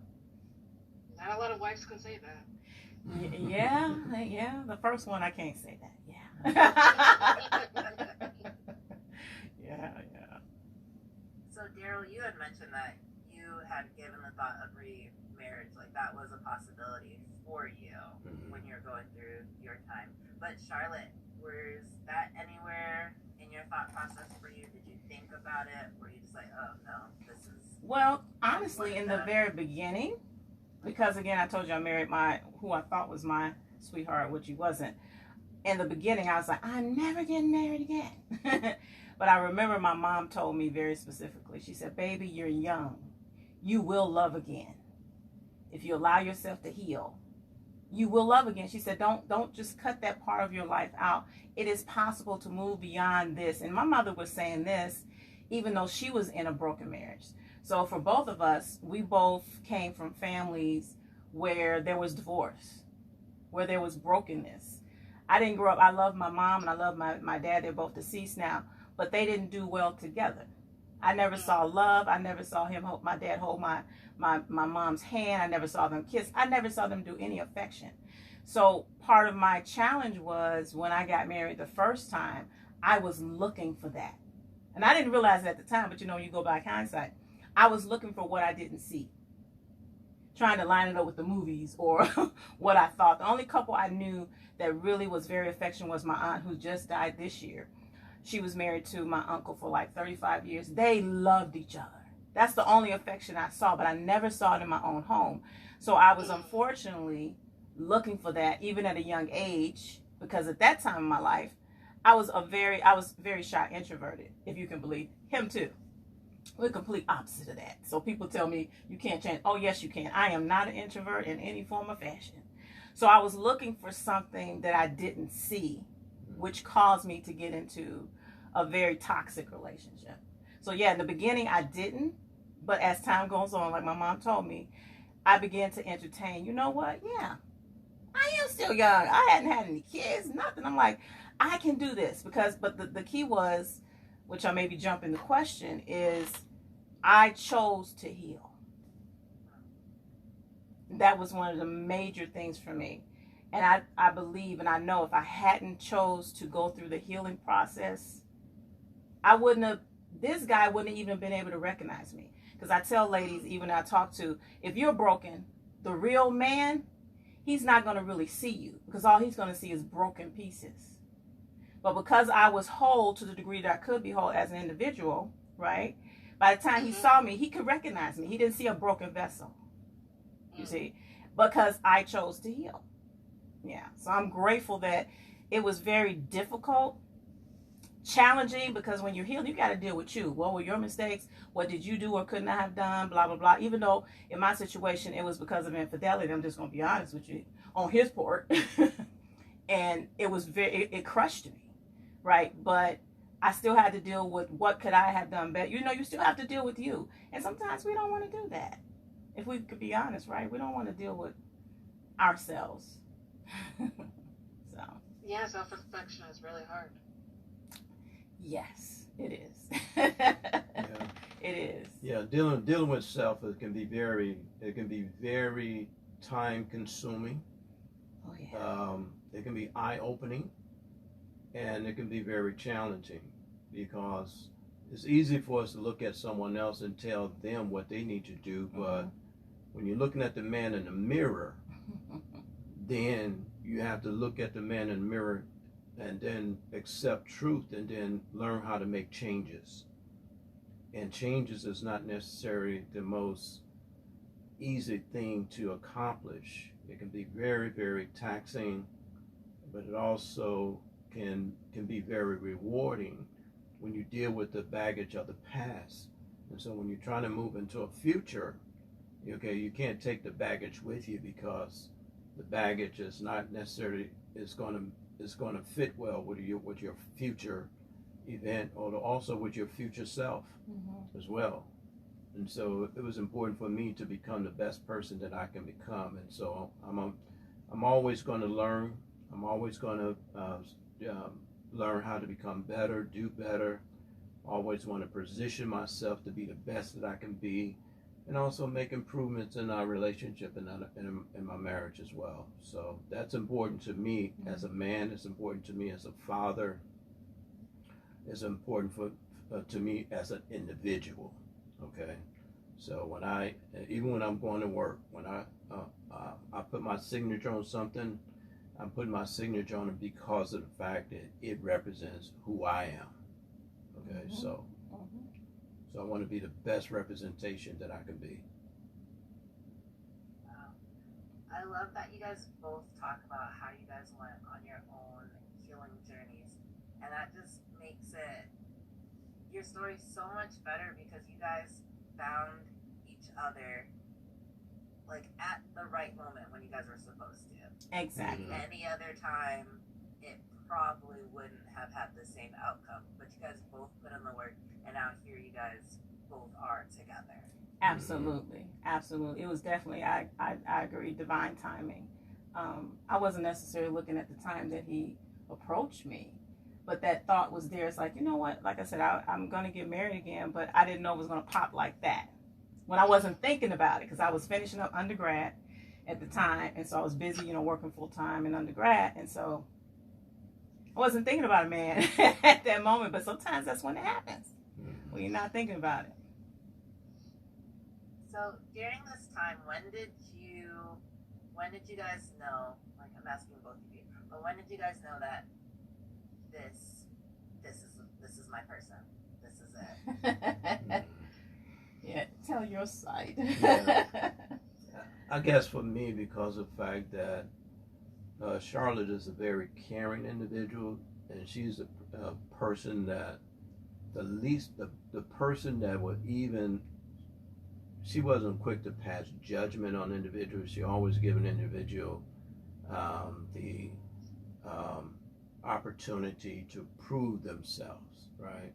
And me, I was opposite of that. I passed judgment, on a person immediately. Okay, so that right there was attracted to me. It attracted me in trying to understand, how did she come with that concept, and then how did she come with those views that she's not going to judge someone immediately. She'll always give them the benefit of the doubt, and that right there, that was that drew me to her. And we had great conversations. We talked about life. We talked about what we want to do. We talked about, us as individuals. So we had opportunities to build relationship that was mostly intellectual, and that basically created, intimacy. Yes. Okay. So it wasn't about the sexual appeal, No. Although she's, good looking and easy on the eyes, but she's still yet a smart individual, very intelligent, and so that was that's appealing, and that's appealing, and she's a person of peace. She has a welcoming spirit, and so I'm not the kind of guy that I need a lot of noise around me. I'm very peaceful as well, and so we kind of we kind of connected, and was able to collaborate at various levels, and so we had opportunities to spend time together, going out, getting to know each other. We had a lot of dates. We did. We went to a lot of places. A lot of dinners. We went to a lot of Dance Africa. I had a connection for Dance Africa. God, we went almost every year. Movies, plays. We went to plays. Oh my goodness. Man, we went to concerts and things. And I like that he liked that stuff. Some people sometimes, if I can say, boring. They're like, I don't want to go to a museum. I don't want to. I'm like, well, how do you get to know how people act in different environments if you don't go to those environments? But also, he liked it. You know what I'm saying? And so I was that kind of person. I like travel. I like seeing things. I like visiting places. And he was like that. And I'm like, wow. So that's one of the things that attracted me to him. And that we had similar mindsets. So he mentioned that it wasn't about the libido. So for us, we were celibate. So I'm putting that out there for everyone to know. We were celibate because that was a choice we made. Okay, because we know as counselors, which you may access later, we tell them, you can do what you want. You're grown. But we're telling you, if you engage the physical piece, it's going to really inhibit you understanding intellectual intimacy. You're not going to really have a true understanding of what this person is like, because it's all going to be physical. Because once you do that, that kind of like it gives you you have on rose-colored glasses, and we've seen this over and over. You're not as objective as you could be because it's all about the libido. You don't have to love anybody to have sex with them. You guys know that. So you have to really get to know a person that you're talking about spending the rest of your life with, especially from our point, because we have been married before. We're doing this again, but this is it. So I need to really know who this person is. Do I want to look at him for the next 50 years? You know what I mean? Who is he? Right. And that's not gonna, I wasn't gonna learn that by jumping into bed with him. I had to get to know him away from that. And so I just wanted to put that little pin in there for us. And it does, it helps immensely. I'm telling you, it does. It does. Yeah. Did you guys talk about marriage in this time? Yes.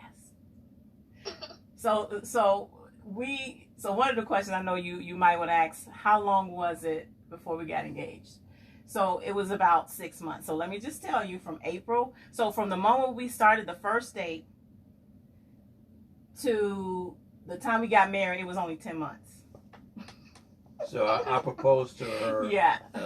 We went on our first date in April. Uh-huh. I proposed to her in October of 1999, the same year.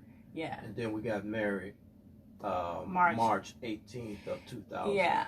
So I don't necessarily recommend that for everybody, but for us, because we were where we were, we had experienced marriage already. Yeah. So we already knew what we didn't want and what we weren't going to accept and what we wanted. So literally dating, engage, and let me add in counseling, because we're counseling. We went to 3 different sets of counselors. That we just did it just because. And then we got married within 10 months. But everybody can't do that. Right. Somebody, it may be a little bit longer. I don't know. Some people have gotten married a little bit less. But for us, it just worked because, again, we knew what we wanted. Mm-hmm. Yeah. So did you guys have a big wedding, small wedding, courthouse? It was a pretty medium size. It wasn't extremely large. It wasn't extremely small. So I said like it was a medium size. 150, around 125, 30 people, something like that. Something like that. Yeah. Yeah. Mm-hmm. Yeah. It was very nice, actually. It was really nice. Yeah, very nice. Mhm. And so you say that you guys went to 3 different, the premarital counseling. Uh-huh. Mhm. Was there a difference between the 3, or is it like, oh, let's just get different opinions? Well, it just kind of happened. The first one was our pastor, and then it was somebody else that was under him, An elder. and then it was the actual couple. Yeah. So we got the woman, she was single, so she gave us her viewpoint, you know what I mean? And then the other couple, of course, they gave us their viewpoint. So it just kind of happened. They said, well, do you want to, it's not like we sought that out. They just kind of said, hey, we just want to, if you want to add a little extra layer of security, then we suggest you meet with them. And that's how it just kind of happened. So I'm grateful. I mean, they talked about everything. Asked us everything, and we do the same thing with couples too. Yeah. So I think it's important at least to have one set of counselors. We say that for anybody. You need to get someone outside of you and that other person, because they're the only ones that can objectively see what you would never see. Right. Because they're not in love. They're not attached, so they're going to see things that you just won't see. And then also they would basically not just see things, but give you some wisdom and some insight, and give you a new perspective about, what you're embarking upon, and also maybe an experience that they have had, and also help you to identify something that you have in your life that you really have not necessarily pinpointed, but something that needs to be dealt with, and give you those opportunities to, to kind of, deal with those issues, those matters, and shed some light and give some you have to bring about the solution, but they can give you some wisdom, or maybe a tool that you can use to help you to navigate through an issue that you have experienced in the past. Yes. Whether it's hurt, whether it's unforgiveness, whether it's pain, whether it's things that you have suppressed because, we are survivors, okay? Just think about it. we are survivors, so we do what it takes to survive, right? So if we have to suppress a pain or emotion, put it down, don't want to deal with it until an appointed time that you must deal with it in order to get to a next level. So now, at that appointed time, you have to deal with that issue, whatever that issue may have been at the time. And also, he said survival, but living in a survival mode can become toxic. You should be beyond just surviving every day. Some people survive 5, 10, 15. I knew someone that they separated from their spouse. They were separated for 30 years, never got divorced, and then he died. And the woman he was with, it was like the wife was still, had all this unforgiveness, and it affected her health. So just surviving, she was just surviving. I'm getting by, he ain't here, and he ain't been here in 30 years. That's not a healthy place to be. You know, you need to learn how to overcome and not just be surviving, but thriving in life. We only get one life, so we need to learn how to thrive, if that makes sense. That does. So, you guys did have like a quick timeline, but it's because you guys both knew what you guys wanted. But what was your engagement story? How did that happen? I'll let this guy tell you. Oh, the engagement story. Oh, wow. So we were having a conversation. I was talking to her over the phone, and then I just felt, you know, this emotion that came over me, and I just asked her. So I said, "Would you marry me?" She said, "Excuse me?" Over the phone, man. No.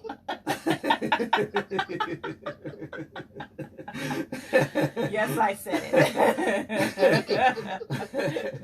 it. I needed a proper, ask. Right. And so we got together, and we were together. I think I'm not sure where we were. We were at my condo. We was at your condo. Yeah, we was at right? my condo. I thought we were. Mm-hmm. And then I asked her to marry me, and then she said yes. And so but you didn't back it up. Tell her what happened. Tell them what happened. He came. We were going out on a date, and he said, no, wait. Tell that part about. Okay. Yeah. All right, so I did. I went shopping for a ring. Okay, and back in Chicago, they have what they call Jewelers Row. Okay, Jewelers Row. Are you guys from Chicago? Have you been there before? Yeah, we are. Oh, you are from Chicago. Yeah. Oh, okay. Okay. No idea. Okay. Okay, go ahead. Jewelers Row, right? So you know what Jewelers Row on Right. Wabash Avenue, right? So I went there and I went shopping for a ring, and because of the fact that on Jewelers Row you can have your rings, have them customized, right? And so did that, and I came over one evening and just passing through, had to go someplace, and then I got on my knee, and then I said, "There's something on my head here. Can you take a look and see if that's what that is?" Right? I was clueless. And then I popped a question. I had the ring. And I asked her, "Would she marry me?" All right. Yeah. And the ring, I think the ring. What The did you ring think it's fantabulous. It was beautiful. I'm like, whoa. He spent a few dollars on this ring. It was beautiful. But it threw me when he said, "What's on the top? You see anything on top of my head?" And then he looked up with the ring in his hand. It was so cute. Adorable. Yes, it was truly adorable. And once we did that, then that's when we actually started talking about the marriage counseling, because that was important for us, because of the fact that it is important we understand that Scripture says that in the multitude of counsel there's safety, and then there's also wisdom as well.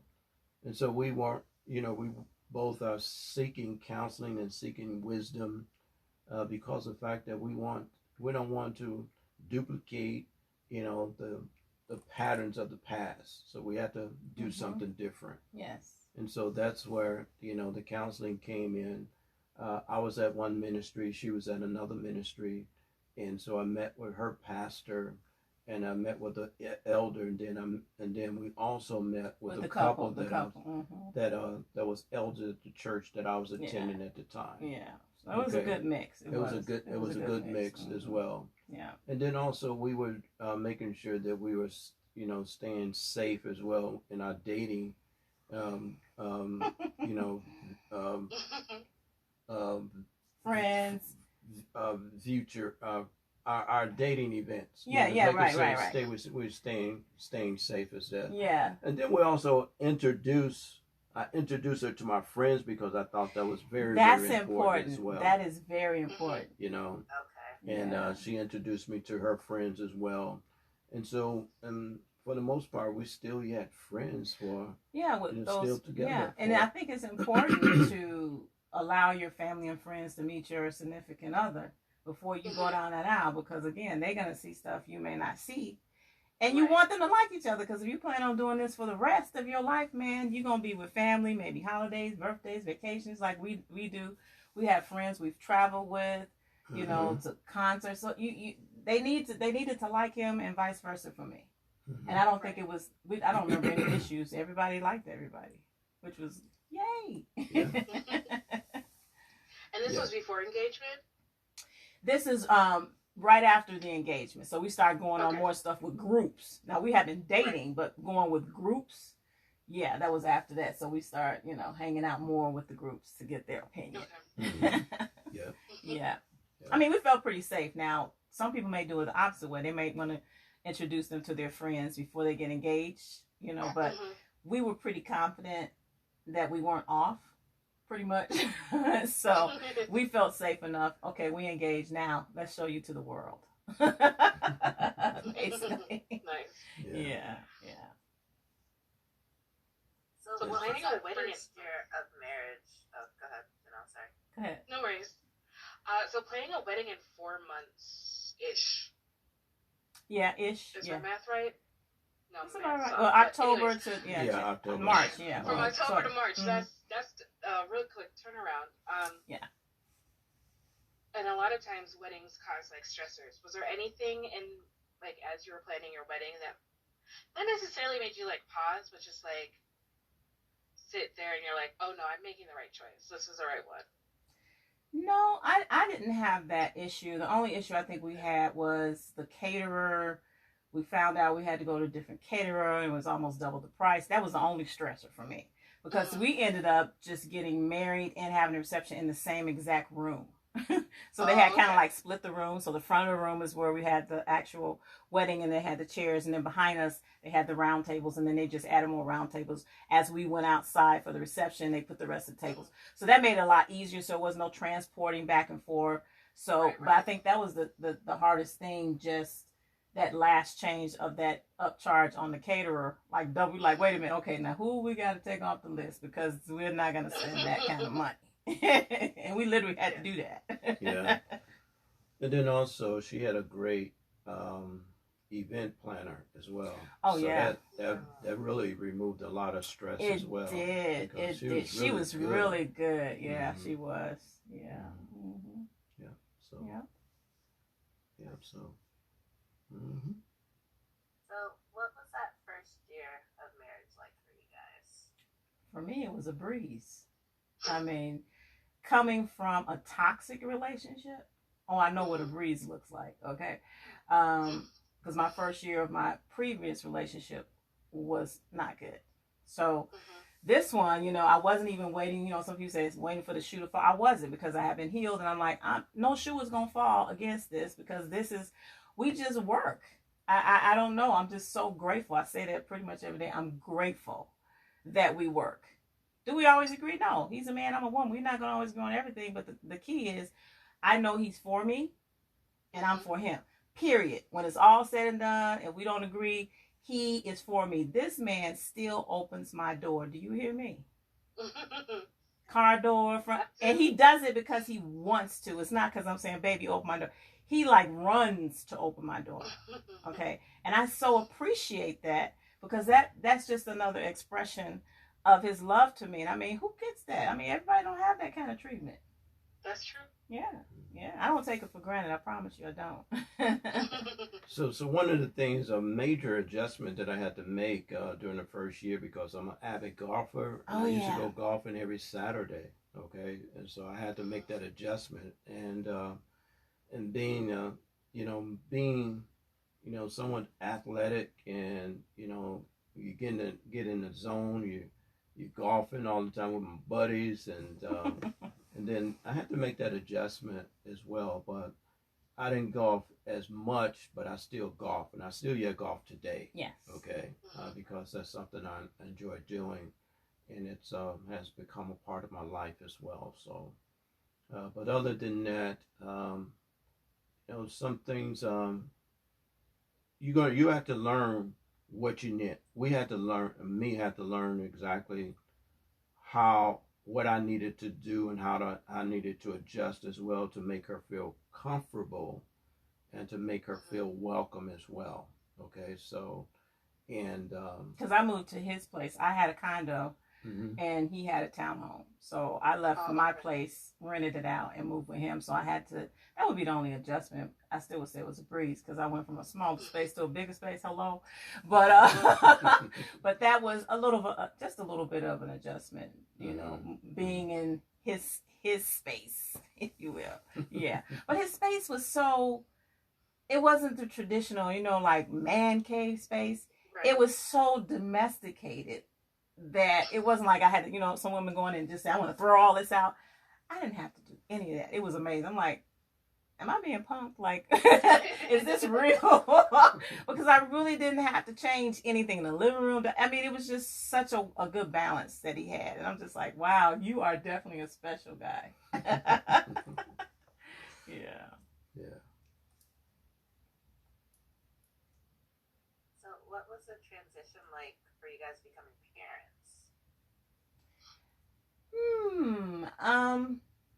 For me, it was beautiful in that, because again, I hadn't had any kids up until that point. I don't think it was difficult. Now, the only transition I would say is we left Chicago to move to the Atlanta area when she was less than a year. That was the biggest transition because we just wanted to change. And at the time, my father, he lived here. He passed away 2 years ago, but he lived here. And so that was probably the biggest thing that has impacted our marriage, being in a different environment. Because I never thought I would leave Chicago. He didn't either. We just didn't think, what are we going to leave Chicago for? We lived here all our lives. We know Chicago, but moving here was definitely an interesting process. Yeah. Do I miss the snow? Oh, no. No. Have we settled in to Atlanta? Oh yes, we've settled in. I mean, we still visit Chicago because I still have family there. I have nieces and nephews and great nieces and nephews, so I still have reasons to be there. Yeah, but I think that was probably the biggest transition moving here. Yeah, one of the biggest transition that she had to deal with as well, because she lost her mom right before our daughter was born. Well, yeah, she died. Well, my mom died a year to the date of our first year anniversary. Yeah. Just quickly, we didn't know she didn't even know she was sick, and so that was a very challenging time for me because again, my daughter, she wasn't even in the womb yet, technically, and so my mom never got to meet her. And my mom was a great mom. Yeah, so that was a difficult time. We talk about that on one of our podcasts where we talk about postpartum depression. I really got hit hard with that, not just because of the chemical piece, but because my mom wasn't there. So I didn't have the support that I really needed. Everybody was at work, everybody busy, and then not having your mom, it just really kind of hit me, when I had my daughter. So that was probably another key point in our marriage, moving and then having my daughter, and my mom was gone and not there to support me with that. So that was a part I had to really, press my way through. And he was there to help, of course. He was there to help. But it's only, so much you can do. It's just something I had to work through as a woman. Postpartum depression is real. Nobody can tell me different because I experienced it. Okay, so they can't tell me it's not real. It's not just in my head. I mean, it's chemical. It's emotional. It's a lot. But when you're dealing with death, because I was grieving, and you mix all that together, man, that can be very like an atomic situation right there. Yeah. So. Yep. Yeah. And our daughter was born in Chicago, the Chicagoland area, and as well. And so she was a pleasant, great baby, pleasant baby. I mean, just so. And guess when she was born? So inviting. Guess when she was born? Take a wild guess. April. No. She was born on his birthday. Oh. So that's my permanent birthday gift. I told them I can't top that.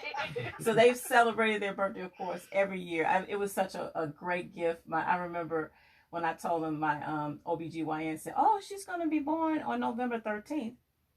I said, you're kidding. She said, why? I said, that's my husband's birthday. She said, well, that's the date. And that was the date.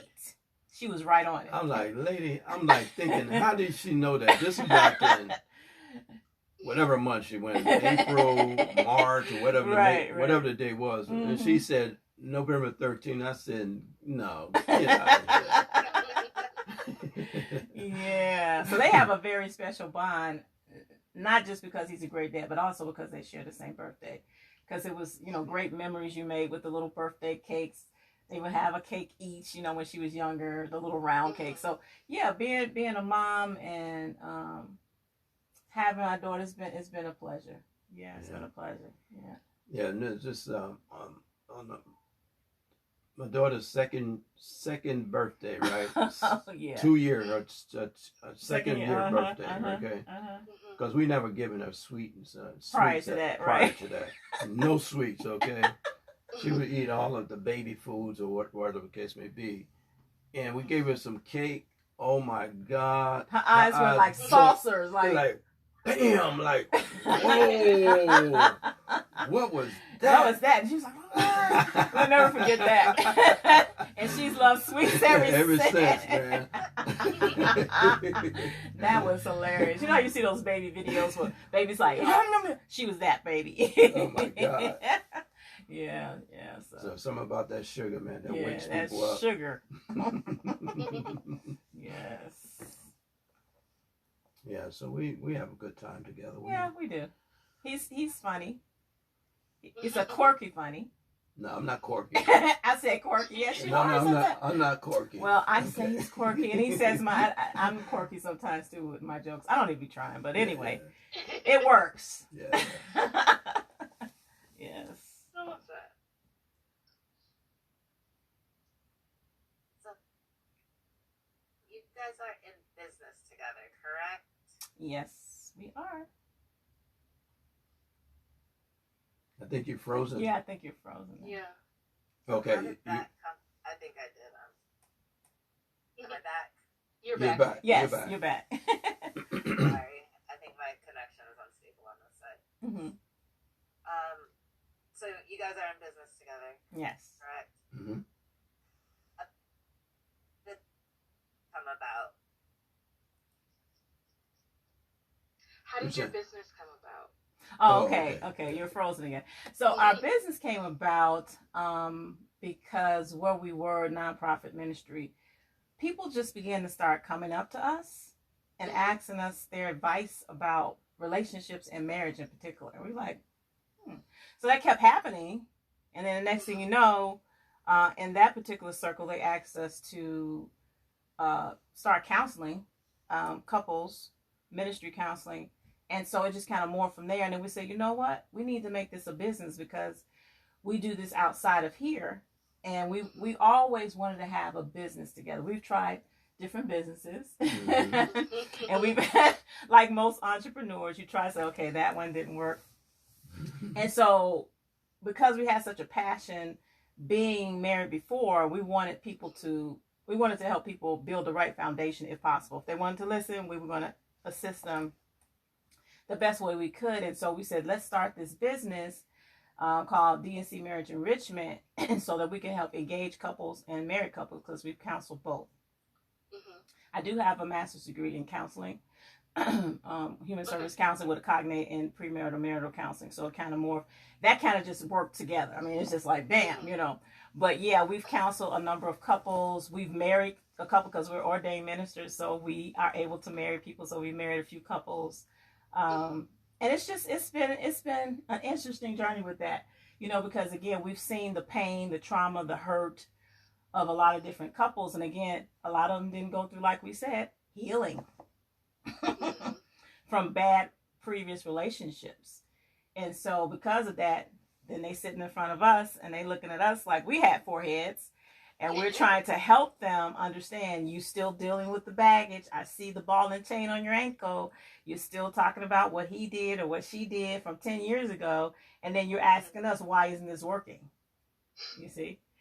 And so, like I said, from those encounters with people saying, they just needed help, that's how it just really morphed. So, like I said, we established our company, and we've done all kinds of things. We've done, of course, the one-on-ones.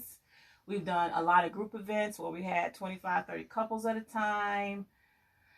We've done a lot of different things. We actually wrote our first book called Marriage Takes Three for married couples. It's really for anybody, but it's catered towards married couples. And so we use that when we talk with couples. And yeah, that's how we kind of got into it. And we created our own digital course, marriage course, recipe for success. So especially, and that came really about, with COVID and everything that happened, you couldn't meet one-on-one anyway. So that was we just included that. So we have a lot of things that we've done in our effort to want to give back. So people don't, if they don't want to make the same, we don't want them to make the same mistakes we made if they can help it. I mean, it's all a choice. We can't make anybody do anything. But if you come to us for help, we tell you, we already give you a disclaimer. Listen, we're not the fluff. We're going to come with it, and you can take it or you can not take it, And then also, marriage is not just for grown folk. It is for mature grown folk. Mature grown people, well, yes. Because of the fact that you do have to have levels of maturity in order to continue your marriage and develop your marriage and develop yourself, because you need to put more work in you as an individual as opposed to trying to change someone else. Okay, if you going into marriage and you want to change them, then you have the wrong perspective, because that's not your position, that's not your job, that's not your responsibility. Your responsibility is to become the best that you can be, and then also you come together, you adding value to the relationship. If you're unable to add value to the relationship, then you're not ready for marriage. That's a whole word. Yeah, that's a whole word. So, what has been the best part about your guys' marriage? I would say us learning to grow together, learning us how to work together. I really, enjoy my wife. She's talented. She's gifted. She's a great writer. She's very good at administrating. If I want her to plan an event, listen, she's good at it. I'm hands off, okay, and she can get it done. And really, learning how we able to come together and also enjoy each other, and spending time together. I enjoy spending time with her. I enjoy the quality time. I enjoy us, having conversations, talking about situations and analyzing events and analyzing people relationships as well that come into our hearing, and then trying to say what would be the best solution for that, right? So we kind of work together trying to solve issues and problems, so to speak. So we work well in that aspect. And I think if I can add, being able to talk to someone about the future. If you're so bogged down with pain from the past, you can't think about the future. you don't even probably see a future. You know what I mean? Mm-hmm. So for me, being able to be with someone that has a desire to actually, from the very beginning, he's like, I want to do this and I want to do that. And us really saying, you know what? Let's do that, because really that's what marriage, we believe, is all about. It's not just two people getting together just to be together because they got, woo, woo, woo, the warm and fuzzies. What are you going to do to impact the world as two people that you probably couldn't do as one? Right? Because it should be double time, right? Impact. And so our desire is to impact, leave our positive, a positive message for the world, if you will, to say we've been here. I mean, you got to make a difference, right? I mean, at least that's how we think. We could be thinking, but that's how we think. It's like, what can we do together to impact, in particular, couples and even singles, but impact couples and say, you can get through it. We did. Mm-hmm. We got through it. Mm-hmm. Yeah. Right. Well, Daryl and Charlotte, first of all, we want to say thank you guys so much for taking the time out of your schedule to come and talk